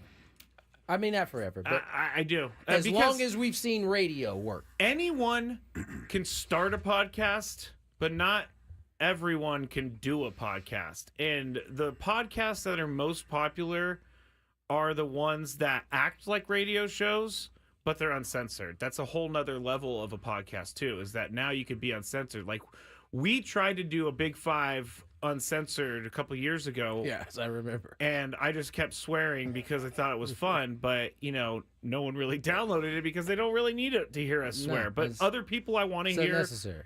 Talk freely. Chris, what are your thoughts on this? I think as long as people like to listen to books on tape, I mean, podcasting's a real good option. I think everybody likes to be entertained in some way when they're in their car. And I think that's where podcasts come in Gave great. it gave you a different avenue in the car, Yeah, right? something else fun you can do. I think it's going to stay.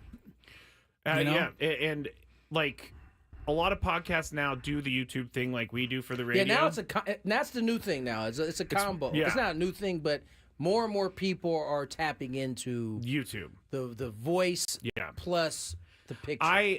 This is where I'm like 85 years old. I don't really like watching the YouTube shows. Because like the fantasy football podcasts I listen to, they do it for YouTube, but I listen to the audio only version. I think the thing that makes podcasting nice and the YouTubing inconvenient is what makes the podcast nice is you can do it on the move. Like you can do it while you're walking, you can do it while you're running, you can do it while you're in the car. The YouTube, I mean, you're driving, you can't watch the YouTube. I think some people I here know some people do. watch I know some the people YouTube. do, but it's not what you're supposed to do. No, but that is, you're right about that. It's just a whole nother avenue. But and as C20 said on the chat, who said this? TRM said it. As long as people like a talk format, podcasts will be a thing, which is true. Talk radio, if we're really getting weird about this, talk radio is doing really well. Music radio is struggling because they haven't figured out the formula for their listeners. There was a time with music, you either had to own it or you had to wait to hear it on the radio. Oh, yeah. Now you got access to music at the drop of a hat. Yeah. You don't have to wait on anything if it's out. That's true, too. I mean, Eminem. I mean, remember, I was a Napster guy for a little bit. You know what I'm saying? We all were. Right? Kazaa, LimeWire. We're trying I can name them all. But now there's so much access to it. You know, I could see why radio music would struggle a little bit. And in that regard, that is why bigger guests don't like to do radio anymore, because they can do one hit on their Twitter account and get the word out and everybody will see it, and they don't have to sit around for 8 hours and talk to 40 different radio stations. Yeah, that's also been I think kind of a negative in some of this, right? And this goes into sports as well, right? Is that now, because the athlete can give their story, they can do it at their time and leisurely. You know what I'm saying? Amon-Ra St. Brown has his own. Micah Parsons and has they're his going to own. give it to you how they want to, which is great. But there are some pros out there that could get questions and get answers that otherwise you wouldn't get. Absolutely. And so I think that's kind of a small piece that we miss out on a little bit. Like Eric Hosmer's podcast, he admits, or he tells a lot of stories that make things make sense for fans. Yeah. Like we get the behind the scenes, and that's why people go to his podcasts. Yeah, because they can get that stuff. All right, we gotta get a countdown. I don't know at this point. I'm sorry. It took us there. No. It was just something that was Chris, on my you mind. be producer for the day. What do you think? I got my 3 movies that I want you to see. Can we go to traffic first? Yes, let's go to traffic. From the 97.3 The Fan Traffic Center, here's Kelly Danick. This game day traffic report is brought to you by Crystal Geyser Alpine Spring Water. Well, guys, it's starting to look like it's going to be one of those afternoons. 2-vehicle accident northbound 805 before H Street. It's over the right shoulder. Also stall in middle lanes, southbound 805 before Mira Mesa Boulevard.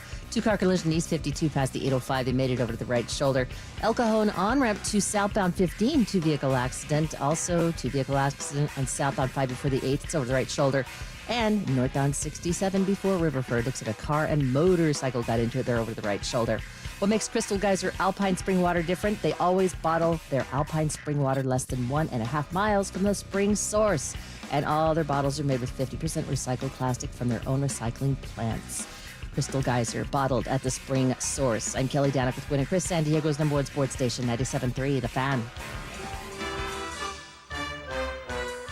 All right, Scraby has made it his life's work to try to get me to watch 3 of his stupid movies. It went from a weekly segment to a bi-weekly segment to a monthly segment. He's been doing this. He's been working on this for like 6 months.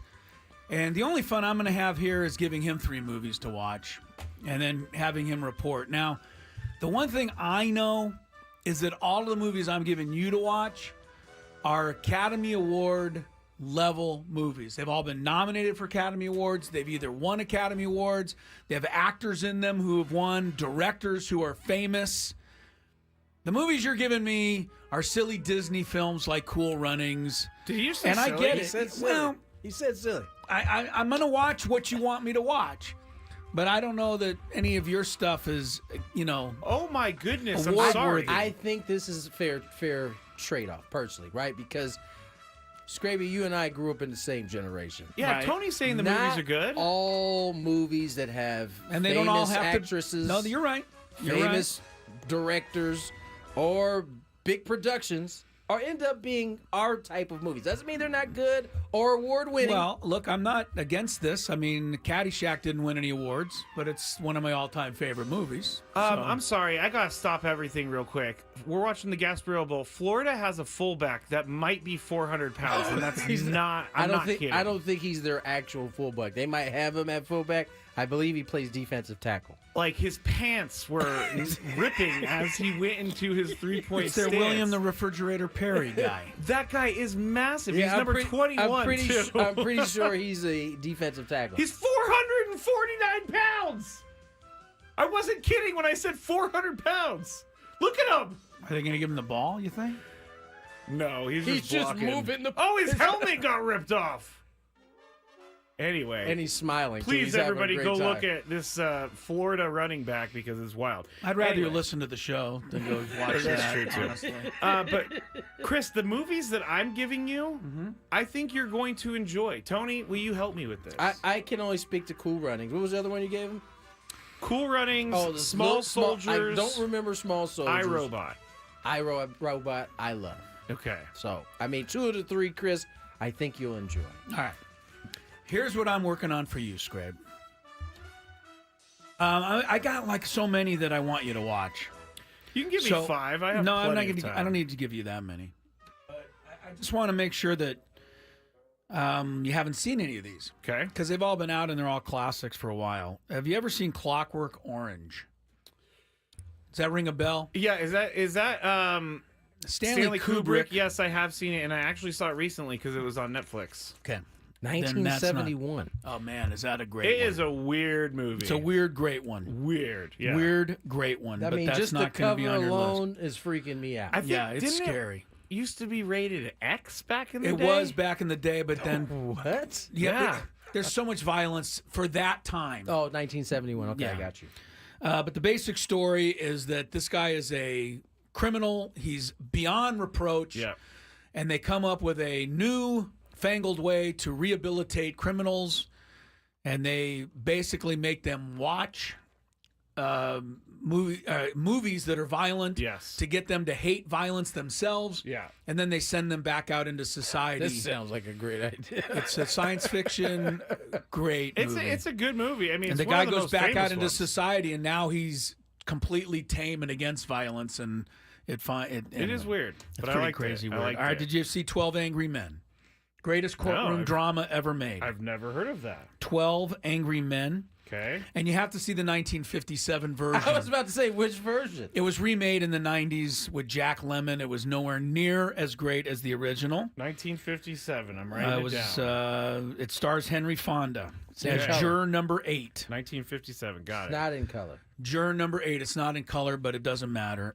The entire movie takes place in a jury room after a trial. The entire movie is in there. Okay. I take it the jury is all men. 12 It's men. 12 Angry Men. It was 1957. I'll just give you a little heads up. They vote 11-1 to send this guy to the electric chair. The one is Henry Fonda. Takes off from there. He just ruined the movie. I did not ruin the movie for And you. the I third gave you one? the first 5 minutes. No, No, that's only the Clockwork first Orange is one. no good because he's already I've seen already it. seen it. Yeah. Okay. So 12 Angry Men is one. I want to give you an Alfred Hitchcock movie, Ooh. Oh, yeah. but I don't know which one you've seen or I've seen not a lot seen. of them. You've seen Rear Window, where I they have not seen that one. what? Oh. I have not seen that one. Jimmy actually. Stewart. I've heard that one is maybe his best one, but I have not depends, seen it. It depends who you're talking to, but it certainly can be one of his. Are you selecting that? Yeah, Rear Window. Rear Window from Hitchcock. James Stewart and Grace Kelly. Ooh, okay. Incredible. All right. And then finally, I want to go with another Academy Award nominated movie. You and I talked about this once before, and I know you hadn't seen it. It's called Dog Day Afternoon. Mm-hmm. Al Pacino, 1974 or 5. All right. 75. 75. I appreciate that, Chris. I will be watching Those are over brilliant, the break. brilliant. Every single one of them brilliant movies. Tony, what are you going to watch? But it'll be interesting to see what you. I'm gonna watch you guys watch movies. You're gonna watch Oh, us you're watch. going to come over and watch me watch a movie? I think that's a good list, Chris. It's a great list. I appreciate you. And I'm being genuine when I say I think you really will enjoy Well, just the to think, movies. when this started, we all assumed that we would get like murderous. Oh yeah, like movie, Terrifier, yeah. but I realized that wasn't going to work. Yeah, that's how He wanted to give me he did, like he did. Terrifier 3. He knew this teen wasn't gonna slasher work. movies. Well, Terrifier 3 is a Christmas movie, so It sounds like it. I wanted to Right yes. up there with It's a Beautiful Life, And or Die not Hard. a beautiful life. It's a Wonderful Life. It's a one. Oh, that one's sad. It's a Wonderful Life and Terrorizer 3. Terrifier. Terrifier 3. Great Christmas movie. He dresses up as Santa the entire time. Art the Clown, my favorite. I love him. He's so good. All right, so we have to now. What do we have to do once we watch these movies? Come back and give a report. Yeah, just write down what you think, and then we'll report back on it when we get back. Fair enough. Tony will be the judge as to who does the better Best reports. report. We'll do the countdown at 5 p.m. All right, so you heard it here. You heard it from Matthew Scraby. Countdown at 5 p.m. Right now, we're going to get to break. 4 o'clock hour on the other side. Little Chris versus the Fan. 833-288-0973.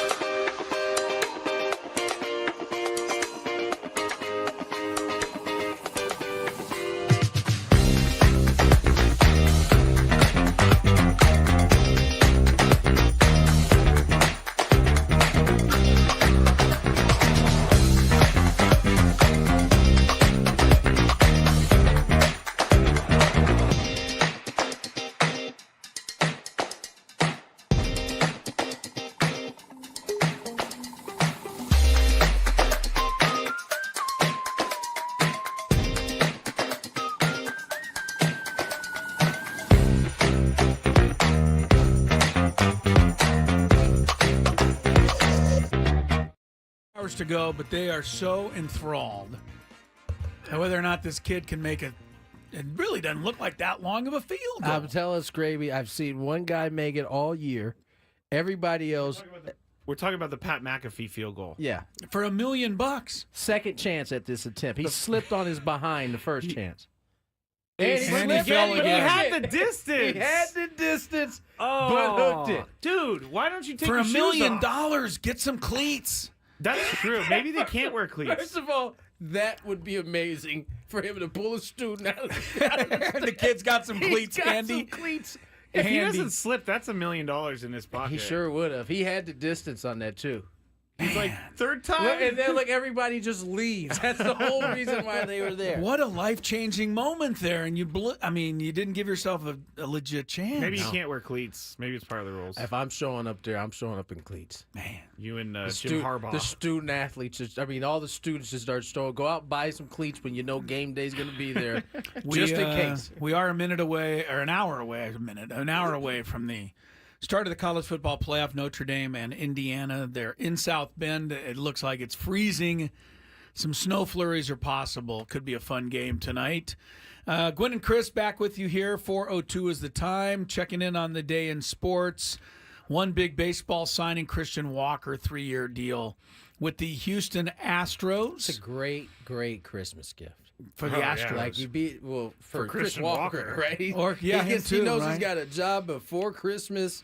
The Don't have to Walker worry kids are going to be fed and taken good care of Walker this year. kid's about to have a great Christmas. Yeah, Tyreek Hill downgraded. Jalen Waddle doubtful. Dolphins might as well pack it in. Not Maybe they so already good for have. the Dolphins. They're taking on the 49ers. Kenneth Walker for Seattle back after a 2-game absence. Ooh, that helps me in my playoff game. I know a lot of people are doing their fantasy football playoffs semifinals this weekend, so good luck to everybody Zach out Charbonnet there. has been amazing filling in for Kenneth Walker. Yeah, he won't be as good this Thankfully. week. All right. Time for Chris versus the fans, I believe. We got a bunch of people ready. Chance to qualify. The final chance to qualify for this month's grand prize. 2 nights. I like how they broke it up into paragraphs to make it look like it's not as long. I did it. Yeah, but it's still really long. Sorry about that, everyone. 2-night stay at the Westgate Las Vegas Resort Casino. 2 tickets to Hoop Central at the Westgate Superbook. Westgate Las Vegas Resort and Casino features newly designed premier rooms, part of their $70 million room renovations, home of legendary Vegas fun. Experience the madness of March as only Westgate Las Vegas Resort and Casino can serve it up to you. High-definition screens, luxury seating, table service, and access to all the best gaming action. Enjoy hoops action from the best up-and-coming stars on a giant HD screens in a smoke-free environment as you thrill to the games that keep us coming back to college ball every year.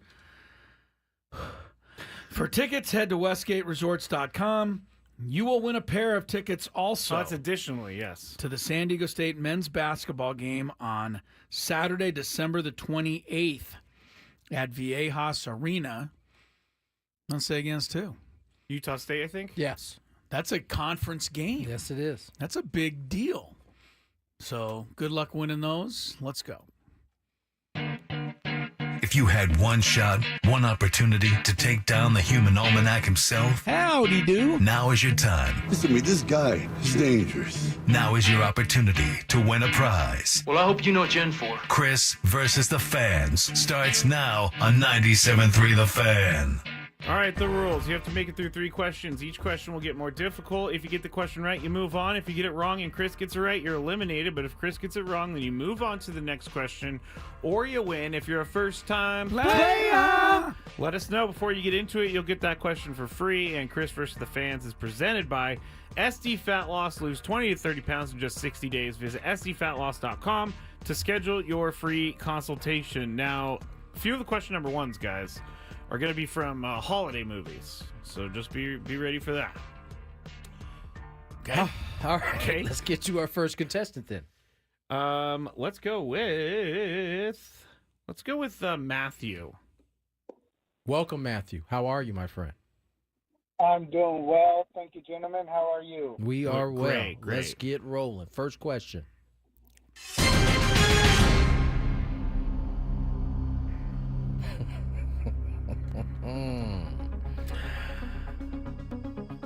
Where does Santa live?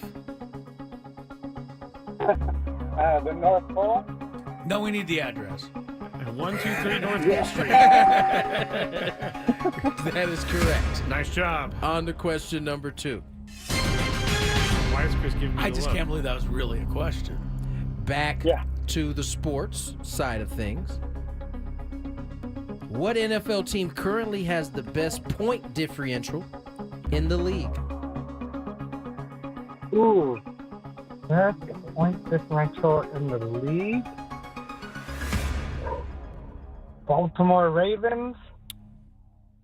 I think that was a question, but The question is stay wrong. there. Stay there. I got to believe it's Detroit. They won a couple of games by 60 points this year. The Lions.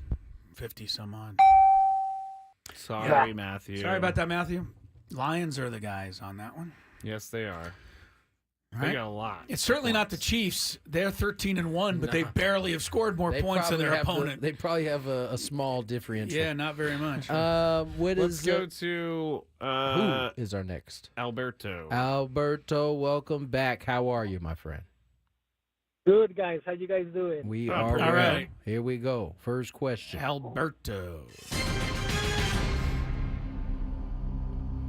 What are Frosty the Snowman's eyes made out of? Nuts. Nuts. Nuts. I really had to catch myself. Me too. Did you see me pause?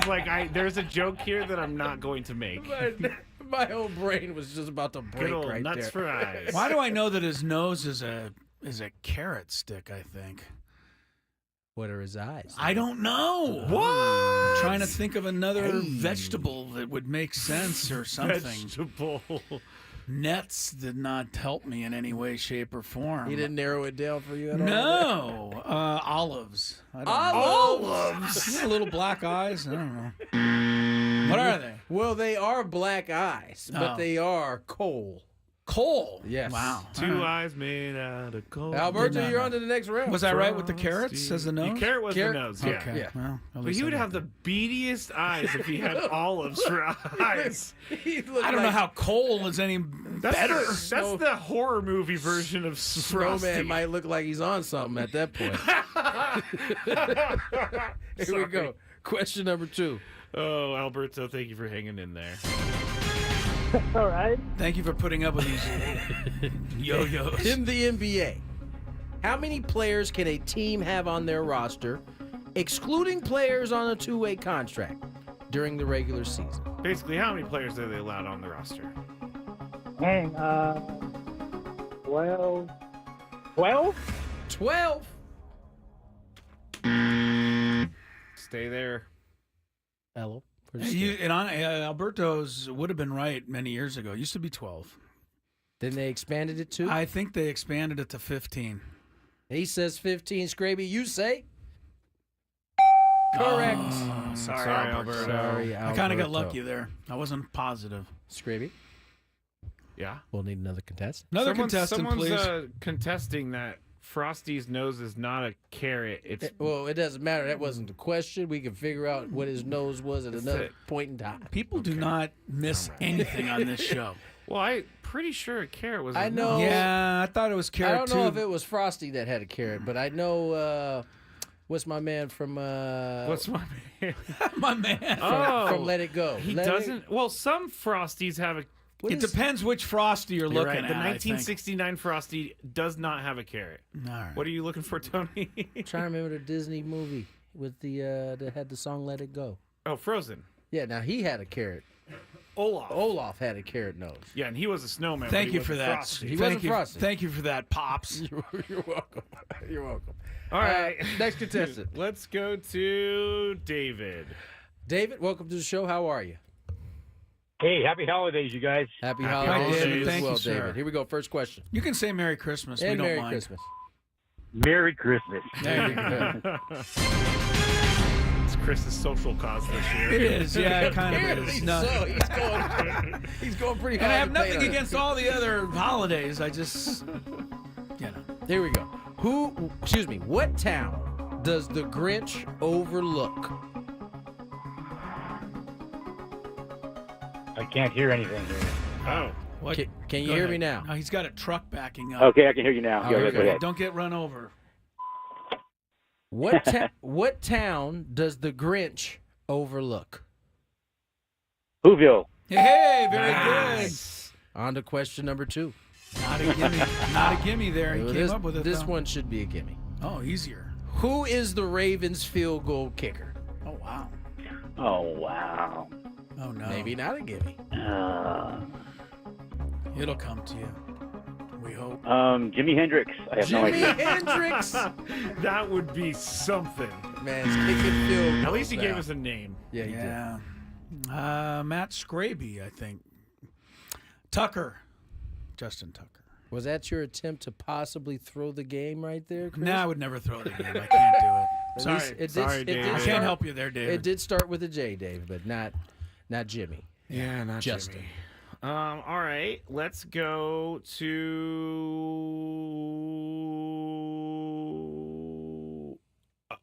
Actually, you know what? We actually have our guest calling in for the next segment, so you guys talk real quick. I'm going to tell them that we have to call him back. Okay. I know. It's really early, but We do have Coach, we have John Olive coming Coach on John from Olive coming Torrey on. Pines to promote the tournament next week. Yeah. Which means Coney and I have to talk for a second, evidently. Meantime, I keep looking up pictures of Frosty the Snowman, and I'm seeing so many different Frosties that I don't know which one, we're really going by. yeah, I mean, it's Frosty's been around a little bit, so I'm sure there are many iterations of Frosty at this But there point. does look like there's one with a carrot nose. There's another Frosty that has Coach Olive wanted to listen, and this is what he gets to listen to. Oh, poor hey, Coach. Yeah, you picked a crazy segment. All right, let's try to get this done so we can get on with life. Dave in Lakeside. Hello, Dave. Hello, Chris. This is number 5, Scraby, if you remember that story. Number 5. Oh, Where I yes, beat you and your brother. Yes, I do. Here we go. First question.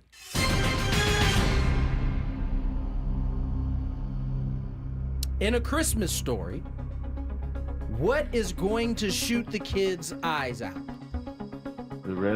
The BB gun rifle. I don't remember the right name for it. Give it to him. BB gun. Yes, sir. Sorry to say it, but Christmas Story, the worst Christmas movie. Not a fan either, I must say. Chat's going to be angry at that one. I don't mind. It's my opinion. I'm sticking with it. I cannot stand every time TBS puts it on. Not a fan of that like either. ongoing for like 3 straight days. You never get enough of it. No. All right, here we go. Question number 2.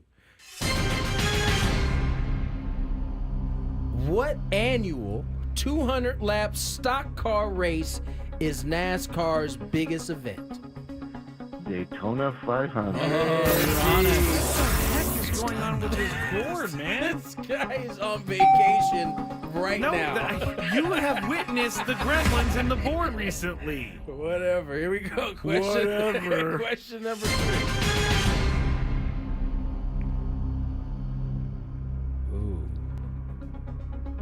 Myers, are we talking Will Myers? Oh, yeah, sorry, yeah. Will Myers is one of two players in Padres history with double figures in home runs at all 3 outfield spots. Left field, center field, right field. He's had double-digit homers. Who is the other? Basically, That was a wordy question. Yes, Will Myers is one of 2 players to have hit the most double-digit home runs in all 3 outfield positions. Literally what I said. I tried to make it better, but I didn't. No. So one season had double digits and played right, center, and left. All I know is when you look at their record at the end of this is an AJ Cassavell newsletter question. Yeah, that's a good one, AJ. Thanks. You got anything, Dave? I'm just going to go take a guess. Profar? Jerickson. Stay there, Stay Dave. there. You still got a shot. Could be like 10, 10, and 10. I got to think of somebody who played all 3 outfield positions. Could go back to like the 60s, for heaven's sakes. Good. Might not. Might not. I don't know. Tony Gwynn Jr.? I don't know. Tony played center. I didn't play right. No, Tony, the other Tony. I don't really know. Cito Gaston. I have no idea. Gaston. Wow, Good question. Good question. Dave, Finally, I get revenge. You get some very good, revenge. Dave. Stay there, Dave. The answer, Mr. Dave Winfield. I didn't get there. That My is mind the never got around to only him. other player. All right, let's skate away, get to break. When we come back, Coach John Olive will join us, Torrey Pines High School, to talk about the Torrey Pines Holiday Classic on the other side. Here's some traffic. From the night.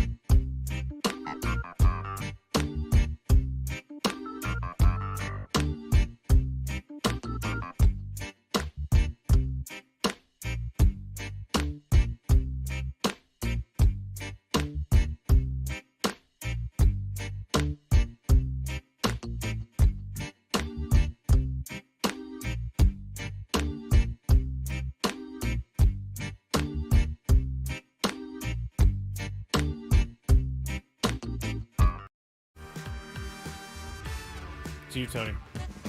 Oh, he said welcome. I know. So I thought he was taking over.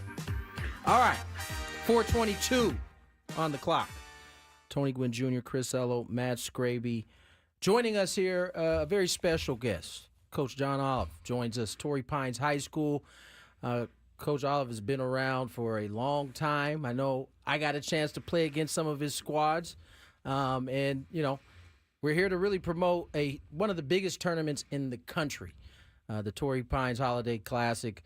Really not only one of the biggest, but one of the premier tournaments in the country. Coach Olive, how are you? Welcome to the show. Thanks, Tony. Good to be with you. You were a very good high school basketball player. I watched you play. Obviously, you could do many things, not just one. Probably like your baseball career, you were good at a lot of things on the basketball court. I appreciate the kind words, Coach. He's been telling us that for years, and we never believed him until now, Coach. So thank you. Coach, talk a little bit about this upcoming tournament. It's at least from my standpoint, it's been amazing to watch the growth of this tournament from when I was a high schooler playing in it to where it is now, where you're getting teams from across the country, some of the best in the country, to come out. And it's not just the tip-top level, too. I think all throughout the different levels, you got some really high-quality teams. Talk about this tournament a little bit. Yeah, this is our 34th year, so it's been around a long time. We get great crowds to come out.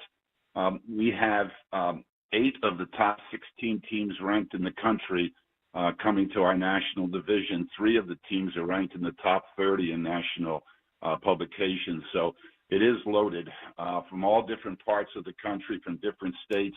A couple of the teams to talk about: Father Judge from Philadelphia, St. Xavier from Kentucky, Archbishop Reardon from the Bay Area, Georgetown Prep from Maryland, De La Salle from Chicago, and Louisville High School from Ohio. Those teams are all ranked in the top 100 in the country and should provide us with some great competition.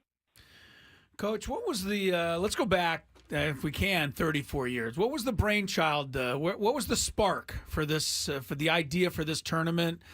And as you look back to that, I mean, has it become bigger than your wildest dreams ever were? Yes, to answer the last part of that question. It is a tremendous undertaking.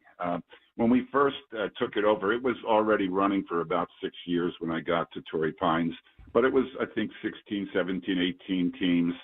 And we just thought that for the benefit of the county, for the benefit of just basketball and growing basketball in our county, that we need to expand it and bring in a lot of national teams with different styles, different coaches. And we ended up with the figure of 80 teams each year. That gives us 5 brackets at 16 teams, and that's enough. We've talked about expanding it, but it's logistically sometimes a nightmare. Yeah, I can only imagine the logistics. I mean, you have to have the cooperation from the different schools that are in the county to be able to have a big enough venue to host some of these big-time games. Now, Coach, I remember a time where this tournament would take place, and there may be 1, possibly 2 San Diego teams in the top-tier bracket. Now, that's not the case. You see multiple teams representing San Diego in some of the top brackets. Talk about what you've seen here in San Diego in terms of the growth of basketball and the success that they're starting to have now coming out of this city. Well, first of all, it's the coaching has gotten much better over the years. Guys are really devoted to teaching the game, and just lots of things. The AAU coaches have been better. The skill development coaches have been better. Obviously, this tournament has helped. Just last year, Carlsbad High School won the national division of our tournament. It's only happened 3 or 4 times in the history of the tournament, but that just gives you a good indication of where San Diego basketball is. I was going to follow up with that. I've heard a lot of pros talk about the AAU system as a whole. As a high school coach, you're dealing with it on the ground level. Is American basketball falling behind because of AAU ball? Because that seems to be a little bit of the conversation that's going out nationally about AAU American ball versus some of the European basketball outlets and how they get things done? Well, I will say that I think American coaches have helped European basketball over the years become better and better. Obviously, they've now developed a lot of outstanding coaches all through Asia and Europe as well. I mean, it's become a worldwide phenomenon, basketball, really. And everybody's gotten better. I mean, everybody's lifted up the game.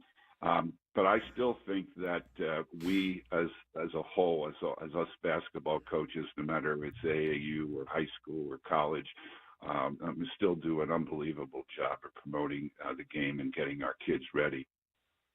John Olive is not only the head coach at Torrey Pines, Tony. I can tell you he's a class act, and this whole tournament is a class act. I've had the pleasure of being assigned to officiate in it a couple of times, and it's a thrill for all the officials to work because we get to see these teams, get to really officiate at the highest level, have a huge crowd cheering and making a bunch of noise, and I hope that people will go out. It starts Monday. And it's at Torrey Pines. It's also at RBV. Saints has a division. So down in San Diego, if you're close to St. Augustine High School, Carlsbad's hosting a couple of divisions. So you can see it all over the county. Coach, what do you try to get out of it from your own basketball program? You're getting into this with some of these big-time schools. And, I mean, it's wonderful to play this competition, isn't it, especially at this time of year?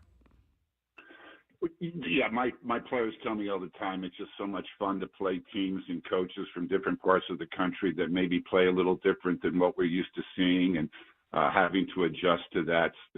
Seeing different players that you might hear about over the social media networks, and kind of get a chance to see them play. I do want to mention that on Monday, you brought it up, Chris, is that we have 7 of the top 8 high school teams ranked in the county in our tip-off night, Monday night, starting at 4 o'clock. So if you're interested in San Diego basketball, in one night you'll be able to see 7 of the top 8 teams in the county play. So we expect a big crowd that night. It should be great, and that's probably why they didn't ask me to referee Monday night, because they don't want me on the big games. But I get it. It's okay. I did want to coach his games. I did want to coach his games a few years ago, and he lost a tough game in this tournament. I don't remember the school coach. 2-point loss. We're walking off the court kind of together, and coach goes to me, "Say hi to Tony for me, will you?" And I thought, what a great guy. He just took a tough loss. All he wanted me to do was say hi to you. Well, Coach, as always, man, always an honor to have you on. I appreciate you coming on and kind of spreading the word about this holiday classic. I know I'm going to try to get my kids out there to come watch a game, and good luck to you guys as you guys take on some pretty tough competition. Tony, Chris, Gravy, thanks so much for having me on. Thanks for putting this together, Coach. Every year we all get a ton out of it in this town. So your hard work pays off. Appreciate it. All right, Coach John Olive, Torrey Pines basketball. Can you head imagine? Coach. I'm looking at the bracket. 34 years, is that what he said? 34 years. I'm looking at the bracket. He says he's got 5 divisions of 16. All right, so there's the national division is the quote big one. That's with the big all the dog. teams. The big dogs. That's at Torrey Pines High School, and there's schools from all over the country. I got it right here. So the there's national. also some of ours has Saints is in there. Yeah. And Montgomery, which is the number 1 team in the county. Carlsbad, which won it last year, is in this. So, but what I'm getting at, have you ever seen a bracket, Tony? There's 16 teams. The winners go to one side, the losers go to another. It's got to take forever just to put one bracket together. I mean, I'm looking let at alone keep it all in line. The national bracket has how many? 16 teams, you said? Yeah. 16 teams, 9 different states. Yeah. Carlsbad, Montgomery, St. Augustine are the teams that are representing San Diego in that highest bracket. Yeah. And then an American bracket, which is held at St. Augustine High School, will have Torrey Pines, San Marcos, Cathedral to represent San Diego from that standpoint. A lot of teams, actually. Yeah. San Marcos, La Jolla Country Day is in that. Mission Bay. And these are all great. Yeah, he talked about the coaches. I'm the anti of a coach, right? I'm the official. Right. But I sit and I'm amazed and impressed with how well these kids play basketball in all of these schools. These coaches really do a great job getting their kids ready to play, and I notice it just being out on the court. We really should take notice because it's happening in football as well here in San Diego. The reason why we've seen those sports elevate is in large part because of how many coaches are devoted to helping these kids get better. So shout out to all the coaches out there that have improved the sports here, the high school sports here in San Diego. All right, let's get to break. On the other side, we got Big Five? It's been the same time every day for the whole year, so... See, this guy right here. This is why. This is why we're all ready to go. Here I am trying to play it up, and he's being scraby. More Gwynn and Chris. Ben and Woods on the Fan. All right.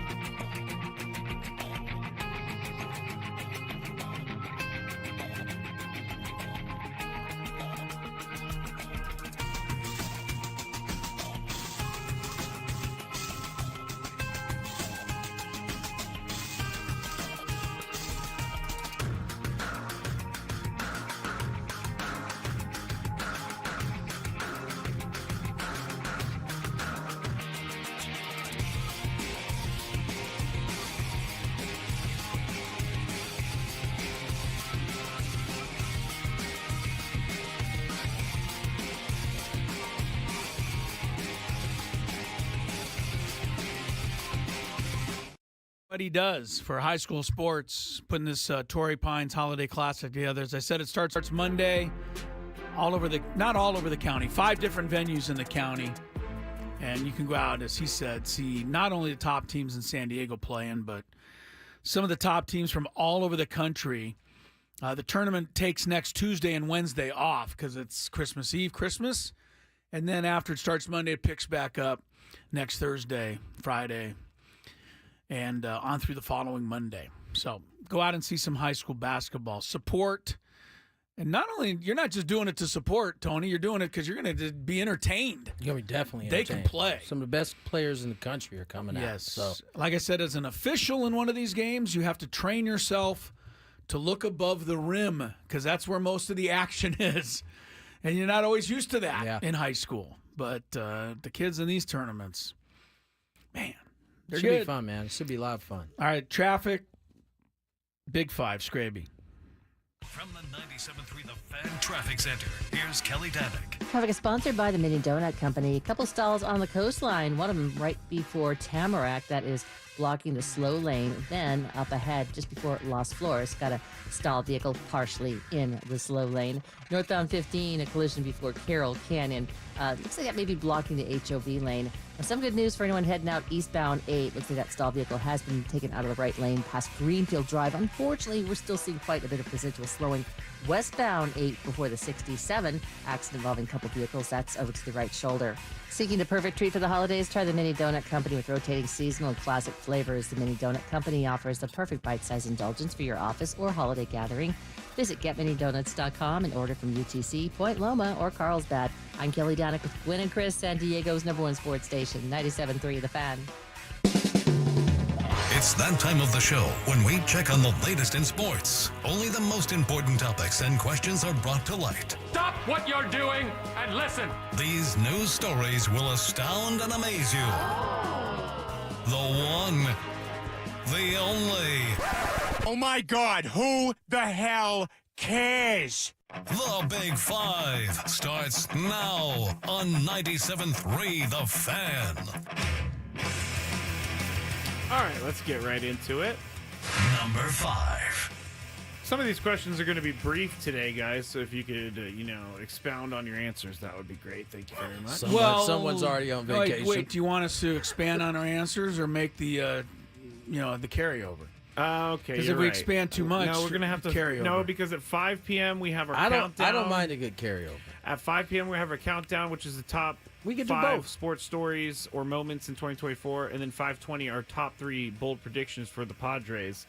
Hey, thank you to Crack Shack for bringing us lunch today. Number 5. Do you think the Padres? This is it. Chris, do you think the Padres make a big splash by the time we get back on January 6th?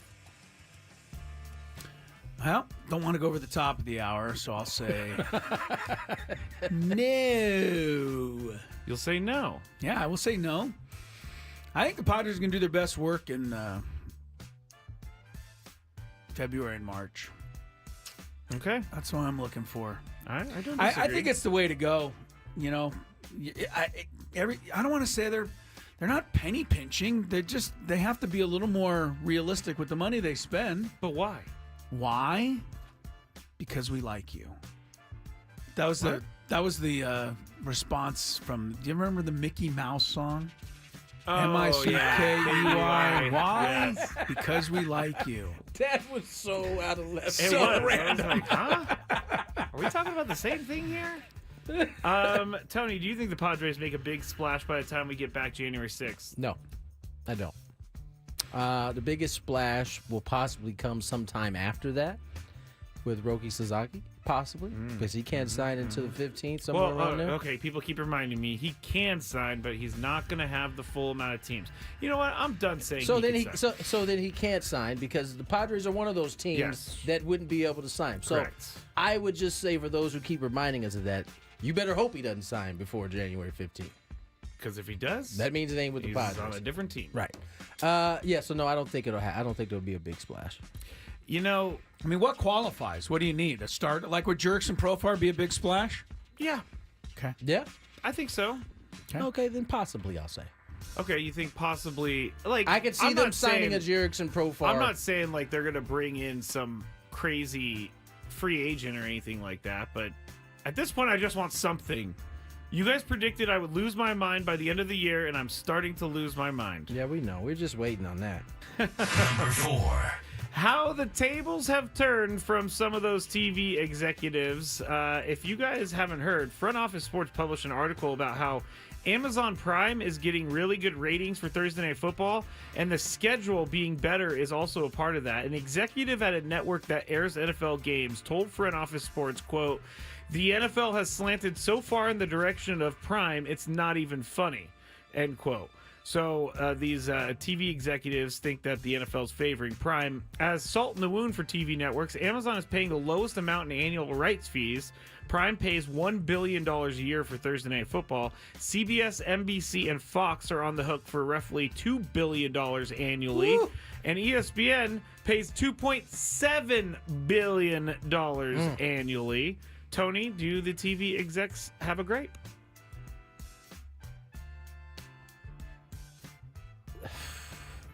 Do they have a gripe? Does this TV exec have a right to be angry? I mean, that they're paying so much money. I mean, this is the going cost. They're paying double, and Prime is getting the better games, and they're paying half of what everybody else is. You negotiated your deal already. Prime and them came in as the new kids on the block. Yeah. And so, I understand the frustration of having to pay a lot more than what they're paying, but they're also getting basically a la carte in most cases, right? Yes, they're getting a la carte, the best of the a la carte, but, they don't have a full boat of games like you do in that case. Yeah. So, I think it's somewhat you shouldn't be that mad. That's a good point. Like NBC might be the only one because they have one game a week with the Sunday Night Football. Like Fox and CBS, they got have games multiple every week. Multiple games. Yeah. So I mean, that's why they pay more. I'm sorry, hang with them. You get a chance to renegotiate again when the deal comes up, and you can be like, go pound sand. I would like the $1 billion deal, please. The $1 billion special. Just give me the a la carte. Yeah, please. give me. Yeah. I'll have what he's having over there, Bezos. Chris, do TV execs have a gripe here? Not really, because you get what you get, and the schedules, except for the flexed games at the end, are put out before the season starts.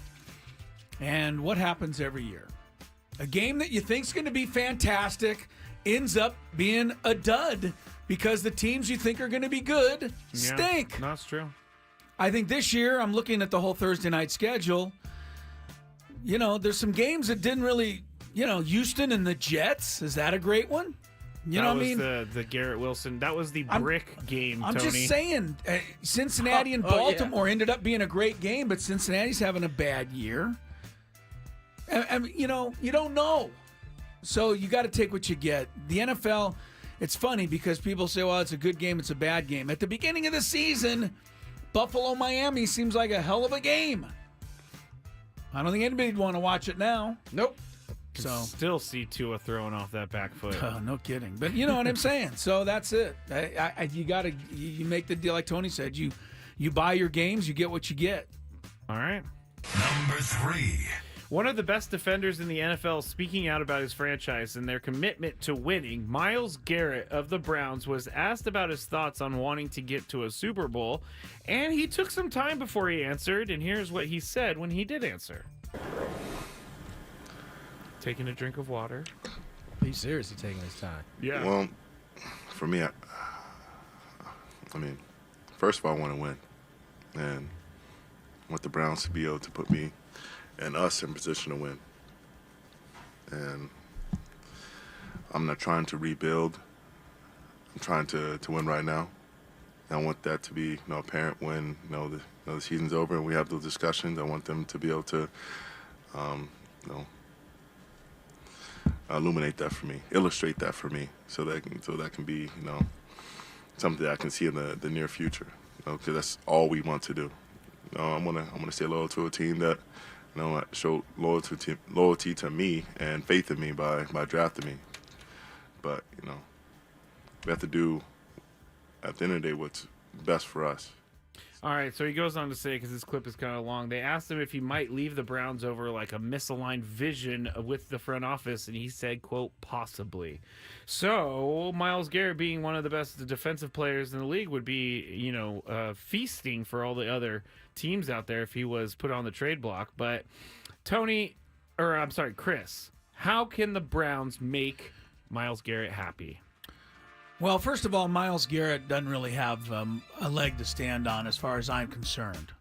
Last I checked, he just won Defensive Player of the Year. He won Defensive Player of the Year on a team that went 11-6 last year and was in the playoffs and had a legit shot to go to the Super Bowl until Myles Garrett and the Browns made 2 tackles in a whole game and got destroyed and dismantled by the Houston Texans 45-14 in their playoff game. That's not to say the Browns had the best team last year, but they had a shot and they dropped it. Joe Flacco threw like 2 pick sixes in the beginning all right, of the game. Okay, so blame it all on him. My point being, they were good last year. You're not guaranteed. What athlete should be guaranteed to be on an 11-6 every year? I mean, I know it'd be nice, but do something about it. I think he is. All right, go to another team then. Chase it. Tony, I don't know. I'm not a Chase fan. How do you make Myles Garrett happy if you're the Browns? I don't know that they can make him happy. He might need to just bounce. Because if the Browns are looking at it the same way Chris is looking at it, he has no hope. They signed Deshaun Watson, brought him in with a whole bunch of money. He wasn't good or got hurt.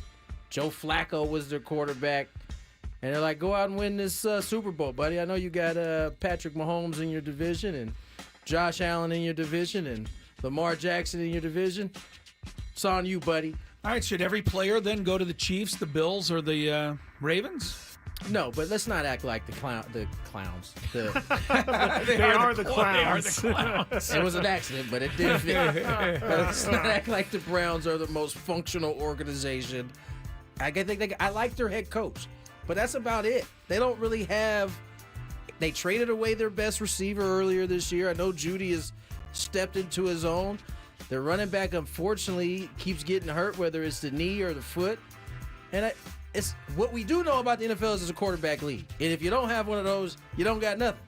And right now, I love Jameis. He ain't it, though. He's the emergency quarterback. He's emergency this week. This is the guy with the 3 initials. Dorian Thompson-Robinson. DTR. DTR. Yeah. Yeah. I mean, if I'm him and I'm looking at that, I don't have to go to Baltimore or Buffalo or Kansas City, but I got to get the hell up out of Cleveland. 49ers will take you, Myles Garrett. Well, he would be. Him and Nick Bosa. That would be stupid. Number 2. I would really hate the 49ers if that happened. There is video of Brock Purdy. We talked about this a little bit earlier, gifting his offensive linemen trucks for Christmas. And people made a big deal about his salary versus how much the linemen make. And newsflash to the guy on Twitter for starting this. Brock Purdy is sponsored by Toyota. And I don't know this for sure, but this is most likely going to turn into a commercial of some sort. He is not paying for those trucks. So, Tony, you're up first here, but this is an NFL thing. Quarterbacks buy their offensive line stuff. Do we find it weird that quarterbacks have to buy their linemen presents? They don't have to. Otherwise, we would be talking about this every year from all 32 teams. We see about, 5 or 6 of them doing it. Usually, they're the higher paid person. Yeah. This case, Brock Purdy is about to be, regardless of whether he's on this team or some other team, he's going to get paid. I said this earlier, and I just want to remind everybody, mind your own business. It's not your money. It's not hurting you. He's actually spending, even if he is spending the money, he's spending his own money for some people who literally, in that sport, protect his life.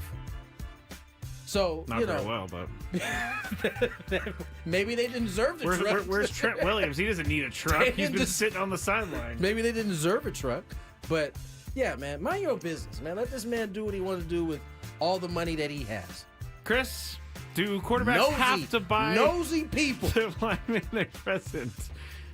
I'll just answer it this way. Do talk show hosts have to buy a present for their producer? No.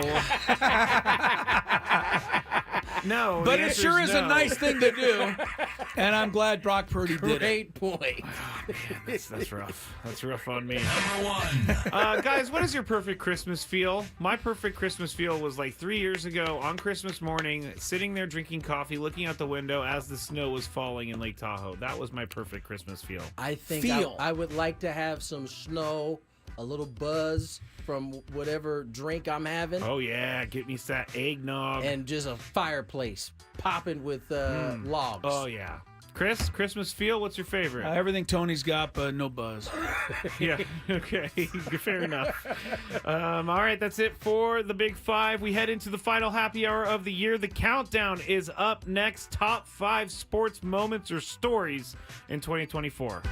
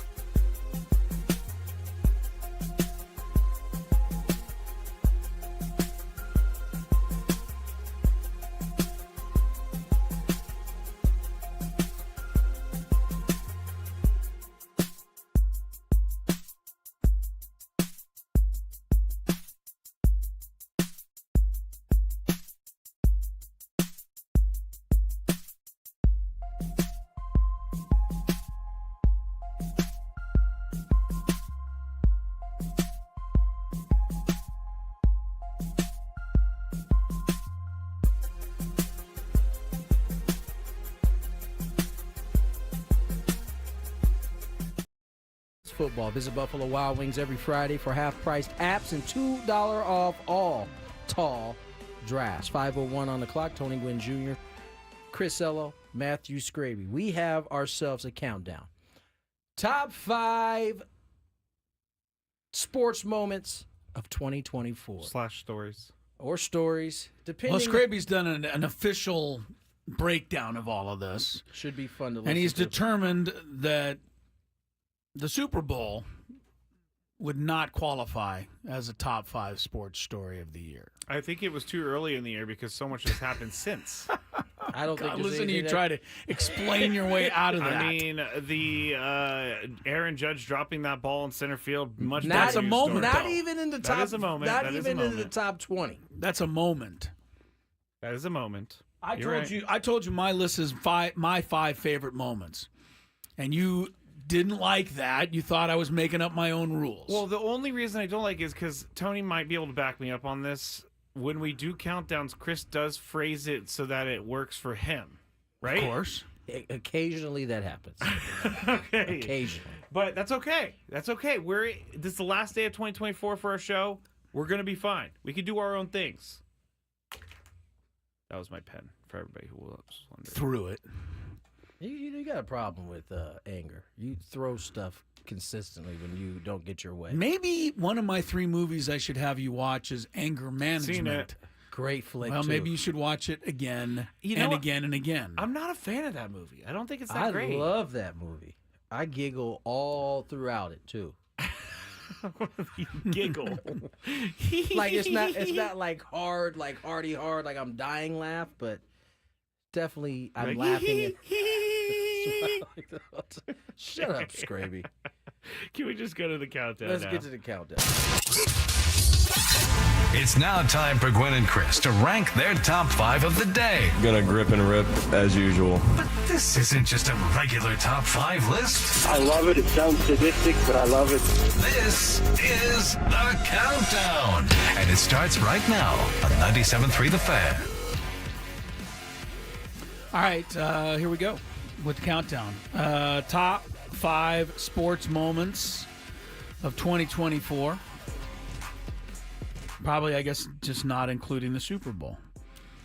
Scraby, you want to go first? Sure. Okay, go ahead. Number 5. This is more of a sports story, but the year of the WNBA. We've done this for 7 years, guys, and we have never talked so much WNBA except for 2024. And really, the people that we should thank for that, Caitlin Clark and Angel Reese. We should thank them because we paid attention to the WNBA more because we wanted to see what they did. But the year of the WNBA is a big story for me in 2024. Who wants to go next? Very good. I'll go next. Number 5 on my list is indeed the Super Bowl. Kansas City Chiefs win in double OT. How did this happen? Left script. Excuse me? Was it 2 OTs? Was it 1 OT or 2? No, it was only 1. That was the last play of the first overtime because remember, people thought right. if they It didn't almost- score, the game would have been over. They didn't know it went to a second overtime. Right. So in overtime, of course, the 49ers would go down a game to the Chiefs. It would be their second Super Bowl in a row. Third, really. No, in a row, though. Second win in a row. Yeah. Oh, I thought, They're I was going for a confused. three-peat My here bad, this year. My bad. All right, these are my favorite moments. One of them was March 12th in Las Vegas. That was San Diego State's women's basketball team defeating Boise State 72-69. Along with your line of thinking with women's basketball, it was a great year. And the Aztecs have been trying for a long time under Stacey Terry Hudson. You know I'm associated with that team, so it gave me a great feeling to watch them win a nail-biting thriller over Boise State, 72-69, as I said, to advance to their first Mountain West Conference championship in many years. It was a great feeling for those kids, and it was fun to be a part of that. I accept that. Okay. Number 4. My number 4 is Nick Saban abruptly retiring. Yeah. I remember we thought this report was fake when it came out, and we kind of later found out that Nick Saban just is over the way college football is, and I think it's a big deal. One of the best college football coaches of all time steps away because he doesn't like the NIL. It's a big deal to me. So Nick He said, Saban. peace, you gotta have this. I'm done. Yeah. As long as you don't go back to the Dolphins, Nick, you can do whatever you like. For all my video game folks, this was a big year for us. I saw college football 2025. Have you played it? I'm dead locked in like my 8th season of San Diego State, rolling. You won How many national titles have we won in a row, Tony? I just won my first. Just won my first. Yeah, it took a little bit to build up, but good on you. The recruiting is a little harder in this one than it used to be. Nonetheless, it's been a big moment. I bought this game when it came out, and I did not play it until the season ended because I wanted to be able to immerse myself in college football 2025, and I even figured out a way to create a player on there. You can't do it. There's not a creator-player spot in there. But if some of the rosters, this is a little trick for you guys who may not know this, some of the rosters have fake people on there. Oh, because those people didn't sign up? Some people didn't. Everybody Marvin on the roster Harrison didn't sign up. So you can use those guys, edit their name, and do all the things you want. Look at Everybody that. else you can't change because they are paid athletes on there. So Gotcha. that's number 4 on my list. Yes. Chris, number 4? All right, I'm going way off the board here. This one happened on December 18th, 2024. That's 2 days ago. I was going to say. Actually, 2 nights ago, and it hit me by surprise, but it reminded me why sports is the greatest. It was a moment that only sports can give you. High school basketball game 2 nights ago. Hoover 66, Sweetwater 32. Why was this my number 4 moment? Because with less than a minute to go in the game, Sweetwater subbed in a young man. It's a little heavy set. Ran with kind of a funny gait. Came into the game, though. First play, they passed him the ball from 3-point range. He jumped up and swished a 3-pointer.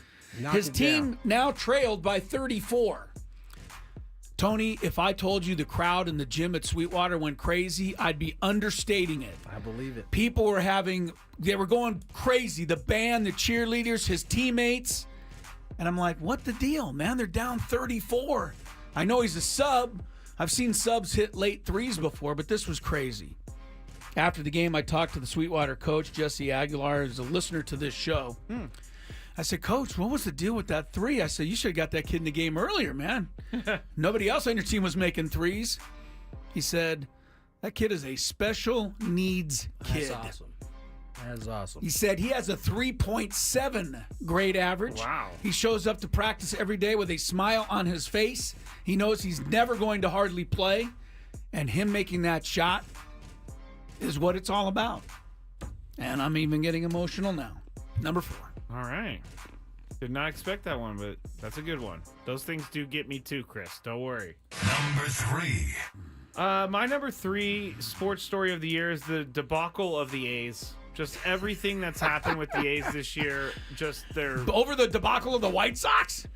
The White Sox are at least staying in their home. Yeah, the A's just completely turned their back on their team, and we've already talked about it a million times. So there you go. My number 3. Tony. My number 3 takes you back to the Olympics. If I could turn back time. Not that far back. Miss Rachel Gunn, the break dancer that got the world breaker that caught the world by storm.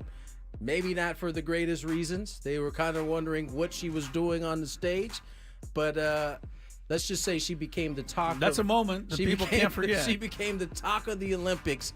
They're still talking about her to this day. I kind of feel bad for her. I definitely feel bad for her because at this point she was out over. there really trying her best, and people were not feeling her routine. It's actually I heard her talk about it. It's actually kind of ruined her life a little bit because people just yell at her in the streets now. What do they say? Ray Gun? Yeah, that and just make fun of her and stuff like that.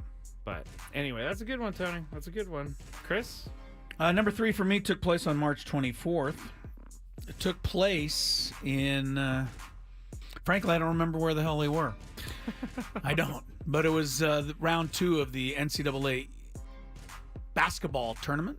San Diego State 85, Yale 57. Jaden Ledee with 26, Darion Trammell 18. The Aztecs proved that their appearance in the final the year before was no fluke. They go back to the Sweet 16. Amazing what Brian Dutcher and those guys seem to do every year. Number 2. Good one. My number 2 is a news story of the year, and it's the streaming news and the trends of streaming. We just talked about it today. Netflix has FIFA under their umbrella now for 2027, 2031 for the women's tournament. Streaming has been a big deal this year. We've seen a lot of movement in streaming this year, and we'll continue to see movement in streaming. So that's my number 2. Stop it, Scraby. I do not want this to be on your list next year. Next year on your list, I want the end of streaming. Next year, my list is going to be like, I really want more on Paramount Plus. Number 2 is a split screen, and it's probably weren't great moments of sports, but they were definitely big moments. And one split screen, you have Scotty Scheffler being arrested, and the other split screen, you have Tyreek Hill getting arrested. Oh, yeah. Both being arrested on the way to their actual jobs. And it sounded like when it was all said and done, both were arrested or erroneously, really. Yes, really, erroneously. And the treatment of them was not proper. No. Scotty Scheffler should pay attention to rules. They both ended up being on the right side of this in terms of the law when it was all said and done. But they were definitely big moments that happened over the course of 2024. I remember when Scotty Scheffler got arrested and like kind of not understanding what was going on. No, but it was wild that he was stretching in his jail cell so he can go play his PGA Championship. And then he shot like a 69 or something that day. He was definitely numb, it seemed like. Oh, he was for feeling like the next, adrenaline. For the next like couple of weeks. But then he didn't. Yeah, he had that great first round, then he kind of faded. I think it caught up to him. It caught up to him after a while. Yeah. That's a good one. Scotty Scheffler doing stretches in his jail cell is amazing. Chris, number 2? Yeah, number 2 was the one moment of the year that brought me off my couch. And I think it brought a lot of people off their couch. It happened on August the 4th. It happened in Paris. Noah Lyles wins the 100 meters in the 2024 Summer Olympics by 5/1000ths of a second. Had to come back. Over Jamaica's Kishane Thompson. Yeah. I don't know if you guys remember it. About 7 guys leaned and hit the tape at the same time, and it took them almost 30 seconds to flash it on the board who won. Lyles was sure he had won the entire time and was celebrating. He was positive. Everyone else was like, what are you celebrating? He was right. 9.784, Thompson 9.789. With all of the, it's the fastest 100 meters ever run, not by one person, but by the whole field. They all got across the line in under 9.9. That's crazy. That was the race of the year. Yeah, I forgot all about that, but that's a good one, Chris. Okay. Number 1. I can't believe Tony stole it from me. Ray gun breakdancing. That's the number 1 moment of the year. It's the number 1 story of the year for me just because of how wild it was, and everybody was very excited to see breaking in the Olympics. I know that there's someone on the chat right now probably telling me how much they love breaking. I thought it was a little too much, and I thought Ray gun was not great. But she is being bullied, and I don't really condone that. But Ray gun and everything that happened with Ray gun is my number 1 story of 2024 because I refuse to recognize the Super Bowl. Yes, you do. Tony. Oh, wow. I refuse. If the 49ers win that Super Bowl, that's different number story, 1. right? That would be 1 through 5. It would. The number 1 story is pretty easy. Took place I gotta believe I when know I was this. out in Korea. I'll be shocked. Oh. All of a sudden, we're pulling up to the park, and our phones are blowing up. Shohei was gambling. Ohtani and his interpreter are somehow involved in some gambling, and then it kind of flushes itself out. It's certainly his interpreter he's in deep. This was a big story. There are many people out here that still don't want to believe Ohtani was innocent in this whole thing. They want to believe that he is out there. You're looking at one right over here. I know. Doesn't think he's That's innocent. why I'm saying this. They want to believe he is still gambling to this day, big money. But that was a huge story. Some people thought baseball was about to come to an end. That would have been crazy. Scrappy would have liked to have seen that. They thought if Ohtani, I remember hearing the cover, if Ohtani's in on this, we're in trouble. I mean, when they find out that he was in on it, It's going to cause some waves. It's going to create some waves. That's the number one story of 2020. That's a good. I forgot all about that. I am so stunned. To be honest, I am so stunned that neither of you went with what I thought you would go with. I'm sure I missed something. You didn't miss it, but I think you guys were all thinking in a different direction. I thought the number one sports story of the year happened while I was on my cruise ship, so I didn't see it and wasn't there when it happened. So I didn't go in my top five. I know where it is. But I thought the triple play would be in your guys' top five. Yeah. I have a clinch a playoff berth. But that you guys were thinking of other things. That didn't make my list though. My number one moment. No, that wasn't on my list because I wasn't there for it. I was overseas somewhere. Okay, that makes sense. My number one moment of the year happened on June 25th, and it happened at Petco Park. Tony, I know you were there because you're broadcasting that game. The night before, Jerkson Profar had hit a walk-off double to beat the Nationals and celebrated a little bit too much for their liking. The following day, he was dusted back. I think he got hit. The catcher, Ruiz, pointed. They eyed into a match. Manny came in, broke it up. You remember what happened. Yep. Bench is emptied. Profar finally went to first. Next pitch, Manny slammed it into the stands. Later in the game, Profar hit a grand slam. That jacked me up. I was in the press box, and I almost was cheering, and I'm not supposed to do that. That was my number one moment of the year. That's a great one. Good job, guys. Yeah, that was there some we go. good stuff. None of you had the Super Bowl in yours, but you. No, wanted Tony to be had on it. his. Tony had it in his. Oh, that's right. I only really did that to save your feelings because you would have been all in your feels if it was number one. So I already blocked it I was out. like, I'm moving to 5. So Move it to 5. It'll be all right. You can't choose something that happened in February for the top that's sports part of the story. 2024. I mean, the Ohtani thing only happened a month later. Yeah, I don't really understand your timing mechanism. All right, let's get to break.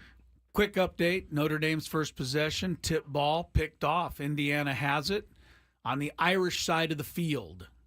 First quarter of the first playoff game. All right, let's get to break. More Gwynn and Chris on the other side. Here's some traffic. From the 97.3 The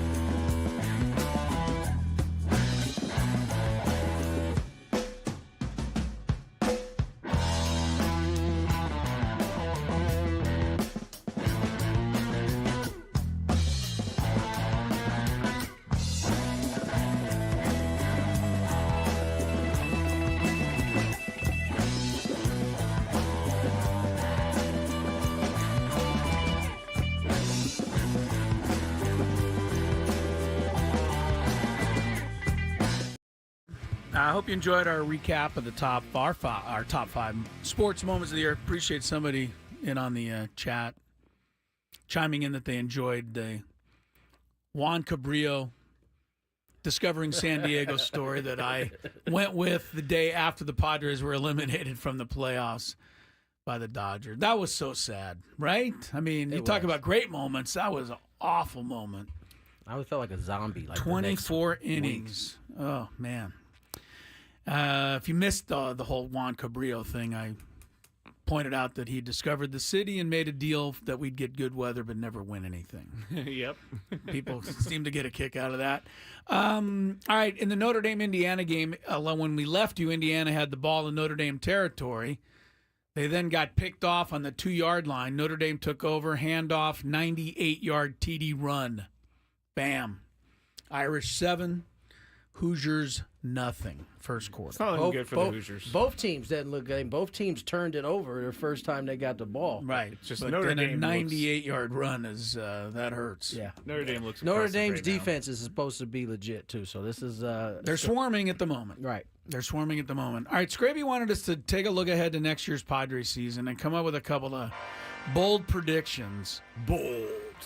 I don't know exactly where to go here. I'll do my first one if you want. But, yeah, you can start. I All mean, right. what do you got for a bold prediction? I know I have one, but you know what it is because I made it a while ago. Yes. Go ahead. What you got here? I'm going to say it's a double-edged sword on this one. Michael King wins Cy Young, but then his price goes way up in the air, and the Padres have a hard time re-signing him. But the bold prediction, he wins the Cy Young in 2025. All right, that's cool. That's cool. I hope it happens. Tony, you want to do one or you want me to do it? I want you to go. I already said it. Luis Campusano is going to make the All-Star game. That's a bold prediction. First, he's got to make the team, and then he's got to start at catcher, and then he's got to hit like I know he can hit. Wouldn't hurt if he fielded a little better either. But that would be a big boost. Campusano makes the All-Star game? That would be a boost. That's a little crazy. It's a little crazy. I mean, it's bold to say that they'd win the division. I mean, I think we all think it's bold that. I think that's bold, yeah. You know, I mean, to try to beat out the Dodgers. I mean, maybe you could go with Matt Waldron becomes a 15-game winner. I think he's got a chance. Are you giving these to me? Is that what you're doing right now? I'm just trying to throw a bunch of them in because there. you're still thinking. Oh, no, I got one. I was got just one. letting you guys go. Oh, I beg your pardon. I beg your pardon, sir. Yeah, no, the bold prediction is the Padres win the National League West in There it is. 2025. All right, Mark Tony down. Hold him to that. Tony said mark it down with his hand signals. If it doesn't happen, it's his fault. I say, now this is bold. Jackson Merrill goes 30-30. Picks right up where he left off.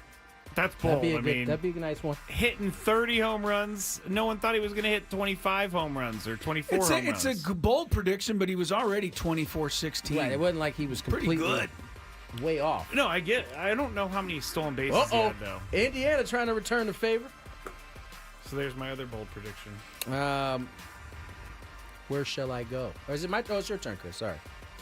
Or is it my turn? No, I'll stick with Matt Waldron wins 15 games. You guys don't want to hear that, you know. Not you guys, the fans. Yeah. They don't believe it. They think Waldron's horrible. They forget how good he was. I think he was a backbone for a little bit. Yes, he was. How about Yu Darvish has, I don't want to say a resurgent year, but a completely healthy season. Ooh, I like Which, that. if he's healthy, in my mind, that's good. That's good news for the Padres. I like that. All right, my next bold prediction is actually going to be one for the Dodgers, which is Shohei Ohtani is going to have a really tough year. He's not going to repeat his MVP. He's not going to be in the Cy Young conversation. I'm just praying that happens, guys. I think it's probably going to happen, but Shohei Ohtani has a bad year. All that gambling catching up to him. I'm really... I'm really happy you guys love this segment. You guys are giving some great effort. You are judge and here. jury. You guys are giving some great effort. I gave the Padres winning the division. Why don't you like my effort? Yeah, what's wrong with it? Because I'm like, you gave me 6 thank you cards to also fill out before 6 o'clock, so I'm also working on that simultaneously, buddy. Buddy. All right, here's my other bold prediction. I'm giving you 3. I gave you 2. I gave you Campusano's on the All-Stars. Yeah, Said Waldron wins winner. 15. Yeah, I'm going to give you 1 negative one. But I think it's a possibility. I hope I'm wrong. I don't think Jake Cronenworth makes it through the year as a Padre. Oh. Thinks somewhere along the line he moves elsewhere. Okay, that is bold. That is definitely bold. It's bold. He's a part of the future I hope it's not playoffs. true because I love him. But I just have a feeling they could move him, pick up a bunch of stuff, shed a little contract. Yeah. I think it could be beneficial to him unless he gets off to a hot start. But if he doesn't, I got a bold one. Y'all not gonna like this one. if he doesn't, that could be something. Change the scenery type deal. That's a good one, Chris. That's a really good one. Yours are really good, Chris. I take back my effort comment. It's too late. It's already come out of your mouth. You can't regurgitate it. Because the Padres are on their way to winning the 2025 National League West. Some of you guys might not like this bold prediction, but they use one of those young pieces. One of them. Salas or DeVries, you mean? It'd be Salas. Salas. They give up Ethan Salas. Wow. Well, they can give him up because Campusano will be on the All-Star team. It all kind of lines up, right? It's a good point, it all Chris. lines up. And then they get a major piece. I don't know what that piece is. But The piece they need. Whatever it is at that point, they get it. Unfortunately, they got to give up the young stud, Ethan Salas. If it's a big piece, bring it in. So there's my 3 big-time, what are we doing? Bold predictions. There you go. Good There's job. my effort. All right, good effort, guys. And still doing thank you cards. Good effort, guys. I don't know why Tony's so You want to angry hurry up about with those so I these. can get on them by 6 o'clock? Here's the ones I've completed. Thank you. All right. Far from our best segment of the year, but a good segment. It was kind of just I think it's thrown in something. there, It's but, something you know. that, like, in the middle of next year, if any one of these things kind of happens, we can go. Remember? Oh yeah, I said that. If If none of it happens, nobody will really remember, No. and it won't be so bad. If Luis Campusano is an all-star, Chris, you need to play the lottery. Why? Is that such a far stretch thing? Because of where he's at from last year, to just make messing the with all-star team is crazy. But I mean- if it happens, it's good. Did you think Jackson Merrill was going to make an all-star game? No. Right? First year? No. Okay. So No, now I'm picking him to go 30-30. now you got him going 30-30 in If year Luis, 2. I'll tell you what will clinch it for Luis Campusano. He's still on my roster on my fantasy team.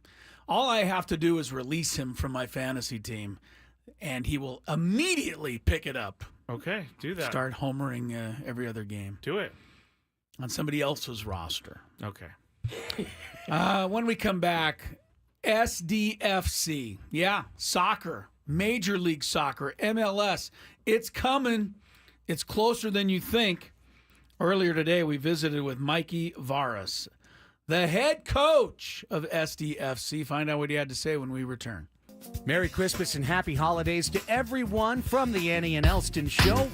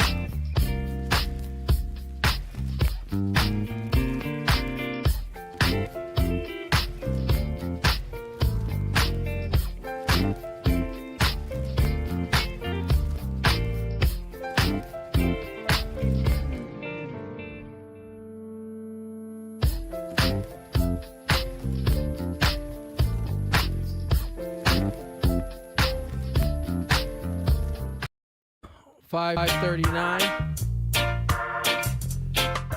Still down to about 4 thank you cards that Scraby has piled on our desks. Here's Working another through one them. you didn't sign. Stop throwing the cards. I'm they're just nothing. trying to get it back over to Tony so he can sign them. We're working very hard. If you don't get a thank you card out there, we apologize because we're doing like 1 million of them right now. Yeah, and they're like... So I think just about everybody's getting one. Feels like it. Yeah. Just know that you're appreciated. We appreciate all of you. I'm going to people. throw away all of these cards. As Tony would say, we appreciate all of you big dogs out there. He would. I don't know that we've ever played that little clip of Tony. Here's another one, Tony. My goodness, your name is Tony. Don't forget. Let me try to, because like Tony had a clip that we have never played before. Oh, we haven't? Oh, is the one about cut this up, dog? Here it is. So the story is, Tony was doing like a look ahead, which is coming up on the show, whatever. And I stalled. He stalled, so he kept stopping and starting, and then he wanted me to edit it all up together, and this is how he asked me after the show. You can't just cut that up, no? Can't just cut that up, no? Cut that up, dog? No, the answer was no. Here's the funny thing. If I would have said that, Scraby would have gone apoplectic. When Tony says dog, it's just funny. So why would I be mad at you for saying dog? Because you're mad at everything I say and do. DAWG. All right, we ready for some traffic? Let's and check then some traffic. Mikey Vargas? Yes. Okay. From the 97.3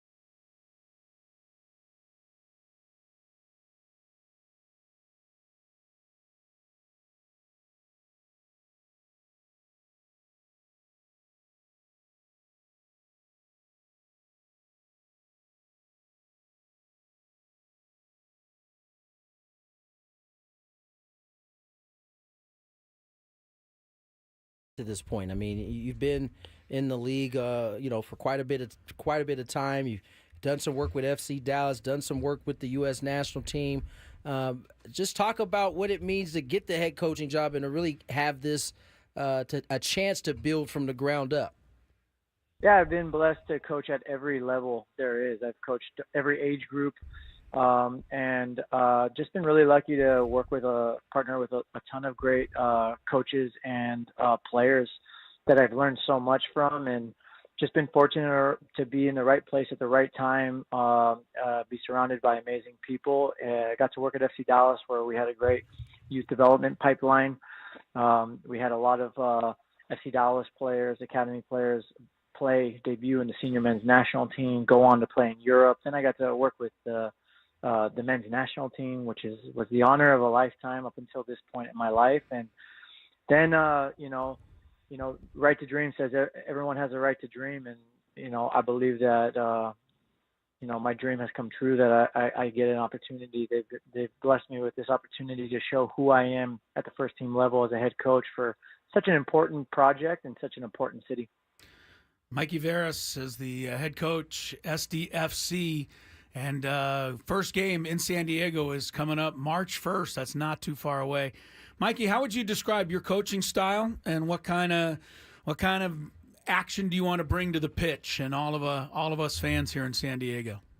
Yeah, from a coaching style perspective, I consider myself as a leader who wants to set conditions for success. So the idea is to put players and the talent they have in positions to be successful. I also try to run on the idea that don't let too smart of ideas get in the way of common sense when it comes to coaching. Pick the right players, pick the right relationship between players. What is the left winger? How does he interact with the left fullback? Give players the right balance between structure, our principles, how we want to play our system, and also allow for enough space for freedom of creativity to emerge. Because ultimately, at the end of the day, when all else is equal, talent is what's going to win you games. And making sure that they have a say in the process. We really believe in partnering with the talent. It's not about me managing talent. It's about me partnering with the talent. That's our staff, those players. And then ultimately what we want to do is we want to step on the field and be an aggressive team. We want to be a team that takes initiative in the game, goes after the game, wants to be a goal-scoring team, right? So a team that's more proactive, exciting football, creative and dynamic in possession, and then at the same time aggressive and physical, to have a warrior mentality and press. And ultimately we want to be a team that the city sees themselves in. We want to be a reflection of them and that want them to be proud. And this is a hard-working area that's also creative. It's a very unique region. Mikey Varas joins us here, head coach of the San Diego FC. And speaking of talent, Mikey, you guys just had the expansion draft followed by the super draft, and you guys took Manu Dua, the first pick overall. Does he fit that mold that you're talking about, this young man? Absolutely. Manu is skillful. He's tall and rangy. He's 6'4". He's going to be able to eat the field alive. And most importantly, he's got a tremendous growth mindset and a warrior mentality. This is someone who's been away from his family for a long time, and to pursue his dreams. He's got character about him. And then the most important thing about Manu is that his ceiling is really high. He's got so many different levels that he can get to, and he's got the right mentality to get there. Mikey Varas is the head coach of SDFC. He's our guest, and we're really excited to have him on. Scraby's especially excited because Mikey went to the university or played soccer at the University of San Francisco. Oh, very nice. Your alma mater, Scraby. Yes, go Dons. Yeah, go Dons. Nice. Look, you said you like to score goals. Could we be the first team in MLS history to, let's say win a few games 7-6, 9-8, or would coaches and everybody lose their mind if something like that ever happened in an MLS game? So if you're winning too many games 7-6, those scores would be pretty tough to attain because ultimately at the end of the day you play against somebody else and they got tremendous players. And in the game of football, if somebody wants to lock you down, it could be very difficult to score goals. I think also might not be great for my blood pressure. No, I wouldn't think so. I know the fans and the commentators would love it, but ultimately, my number one responsibility is to build sustained success here. And we want to be a team that's proactive and goes after goals, but in a controlled manner, right? We want to be able to make the games predictable so that, one day, once we get through ups and downs together, once we build, we work together, the fans helping us win games, at some point at the end of the day, we want to lift trophies here, right? Yeah. And that's the most important thing, and that's at the forefront of my mind. And how do I do that? How do I deliver that for the people of San Diego?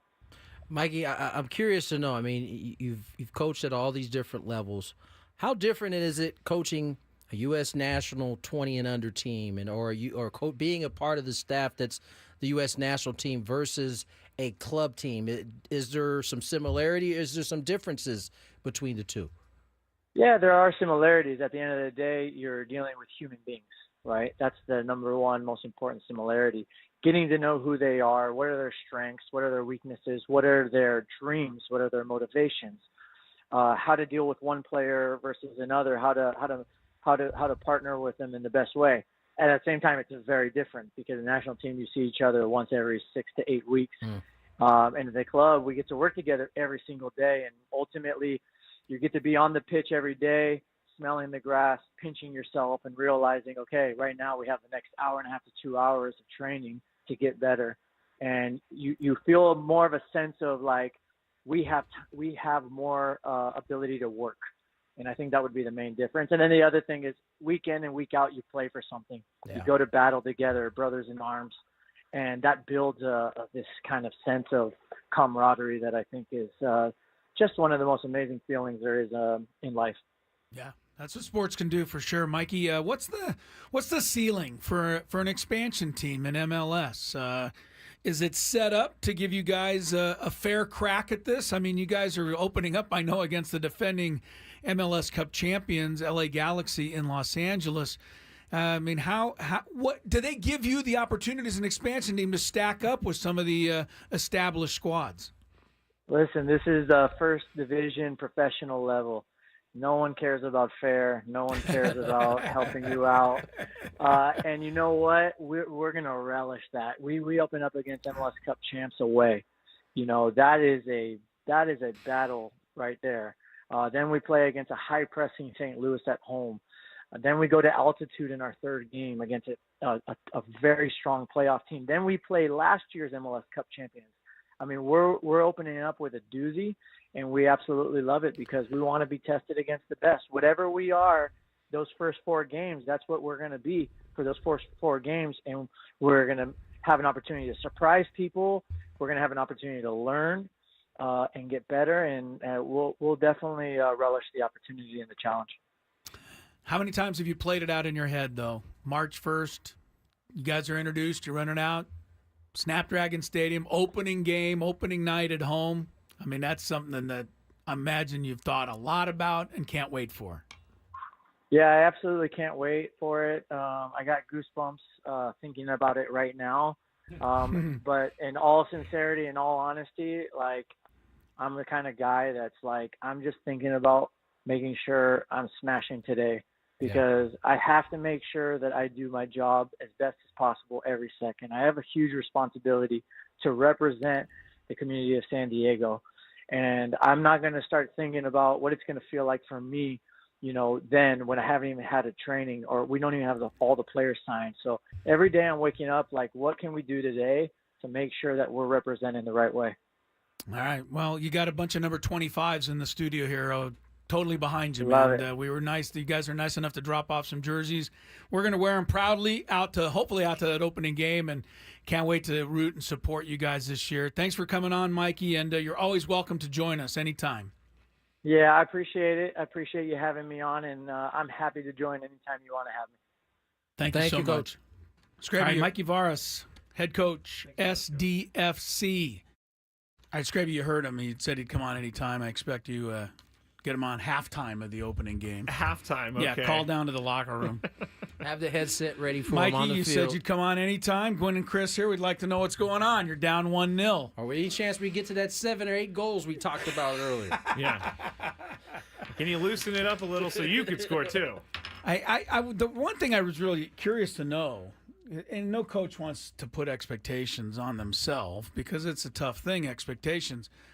But is the MLS giving them a legit shot? You know, some leagues, like, what was the one league that I'm trying to? I think it was the NHL. Remember, It was Las the Vegas? Golden Knights. Yeah, Yeah. the Golden Knights came in, won the cup, or got to the final like the first year. Yeah. I'm like, well, that wasn't too difficult. I don't know if the MLS going to give SDFC that kind of boost. It sounds like, from what I read, that they're making more. You can't protect as many players anymore, so it does give them an opportunity to maybe at least be field a little, hopefully, because there's two things about it. I mean, you're the MLS, you're expanding into your 30th city, San Diego, which is, the 8th largest city in our country. The fans are going to be into it for sure, but you don't want to give them a bad team right off the bat. Right? What happened with the Panthers? Weren't the Panthers pretty good out when they came out? Florida with expansion? Panthers? No, Carolina? the Carolina It took Panthers. them a while. I thought they made the playoffs pretty quick. I think it was the No, Jaguars. Carolina. No, both Carolina and Jacksonville made the championship games, AFC and NFC. I think in their second seasons, if I'm not crazy. mistaken. They both lost, but they both got there. Buffalo Wild Wings Football Hour, presented by our friends at B-Dub. Visit Buffalo Wild Wings every Friday. That's today. Half-priced apps and $2 off all tile drafts. I think we're going to all go have a few of those now that the show is done. Notre Dame's leading Indiana 14-0 second quarter. As college football playoff gets underway. Happy holidays. Tony, want to throw one in there? Yeah, happy. You just going to stop at Happy Holidays? All right, Merry Christmas, Happy Hanukkah. I mean, you are the Christmas guy. Glorious Festivus, whatever it is. You guys enjoy your time off if you have any. Merry Christmas, Happy New Year. We'll see you on the other side. I'll see you in 10 minutes, 5 minutes. Chronicles.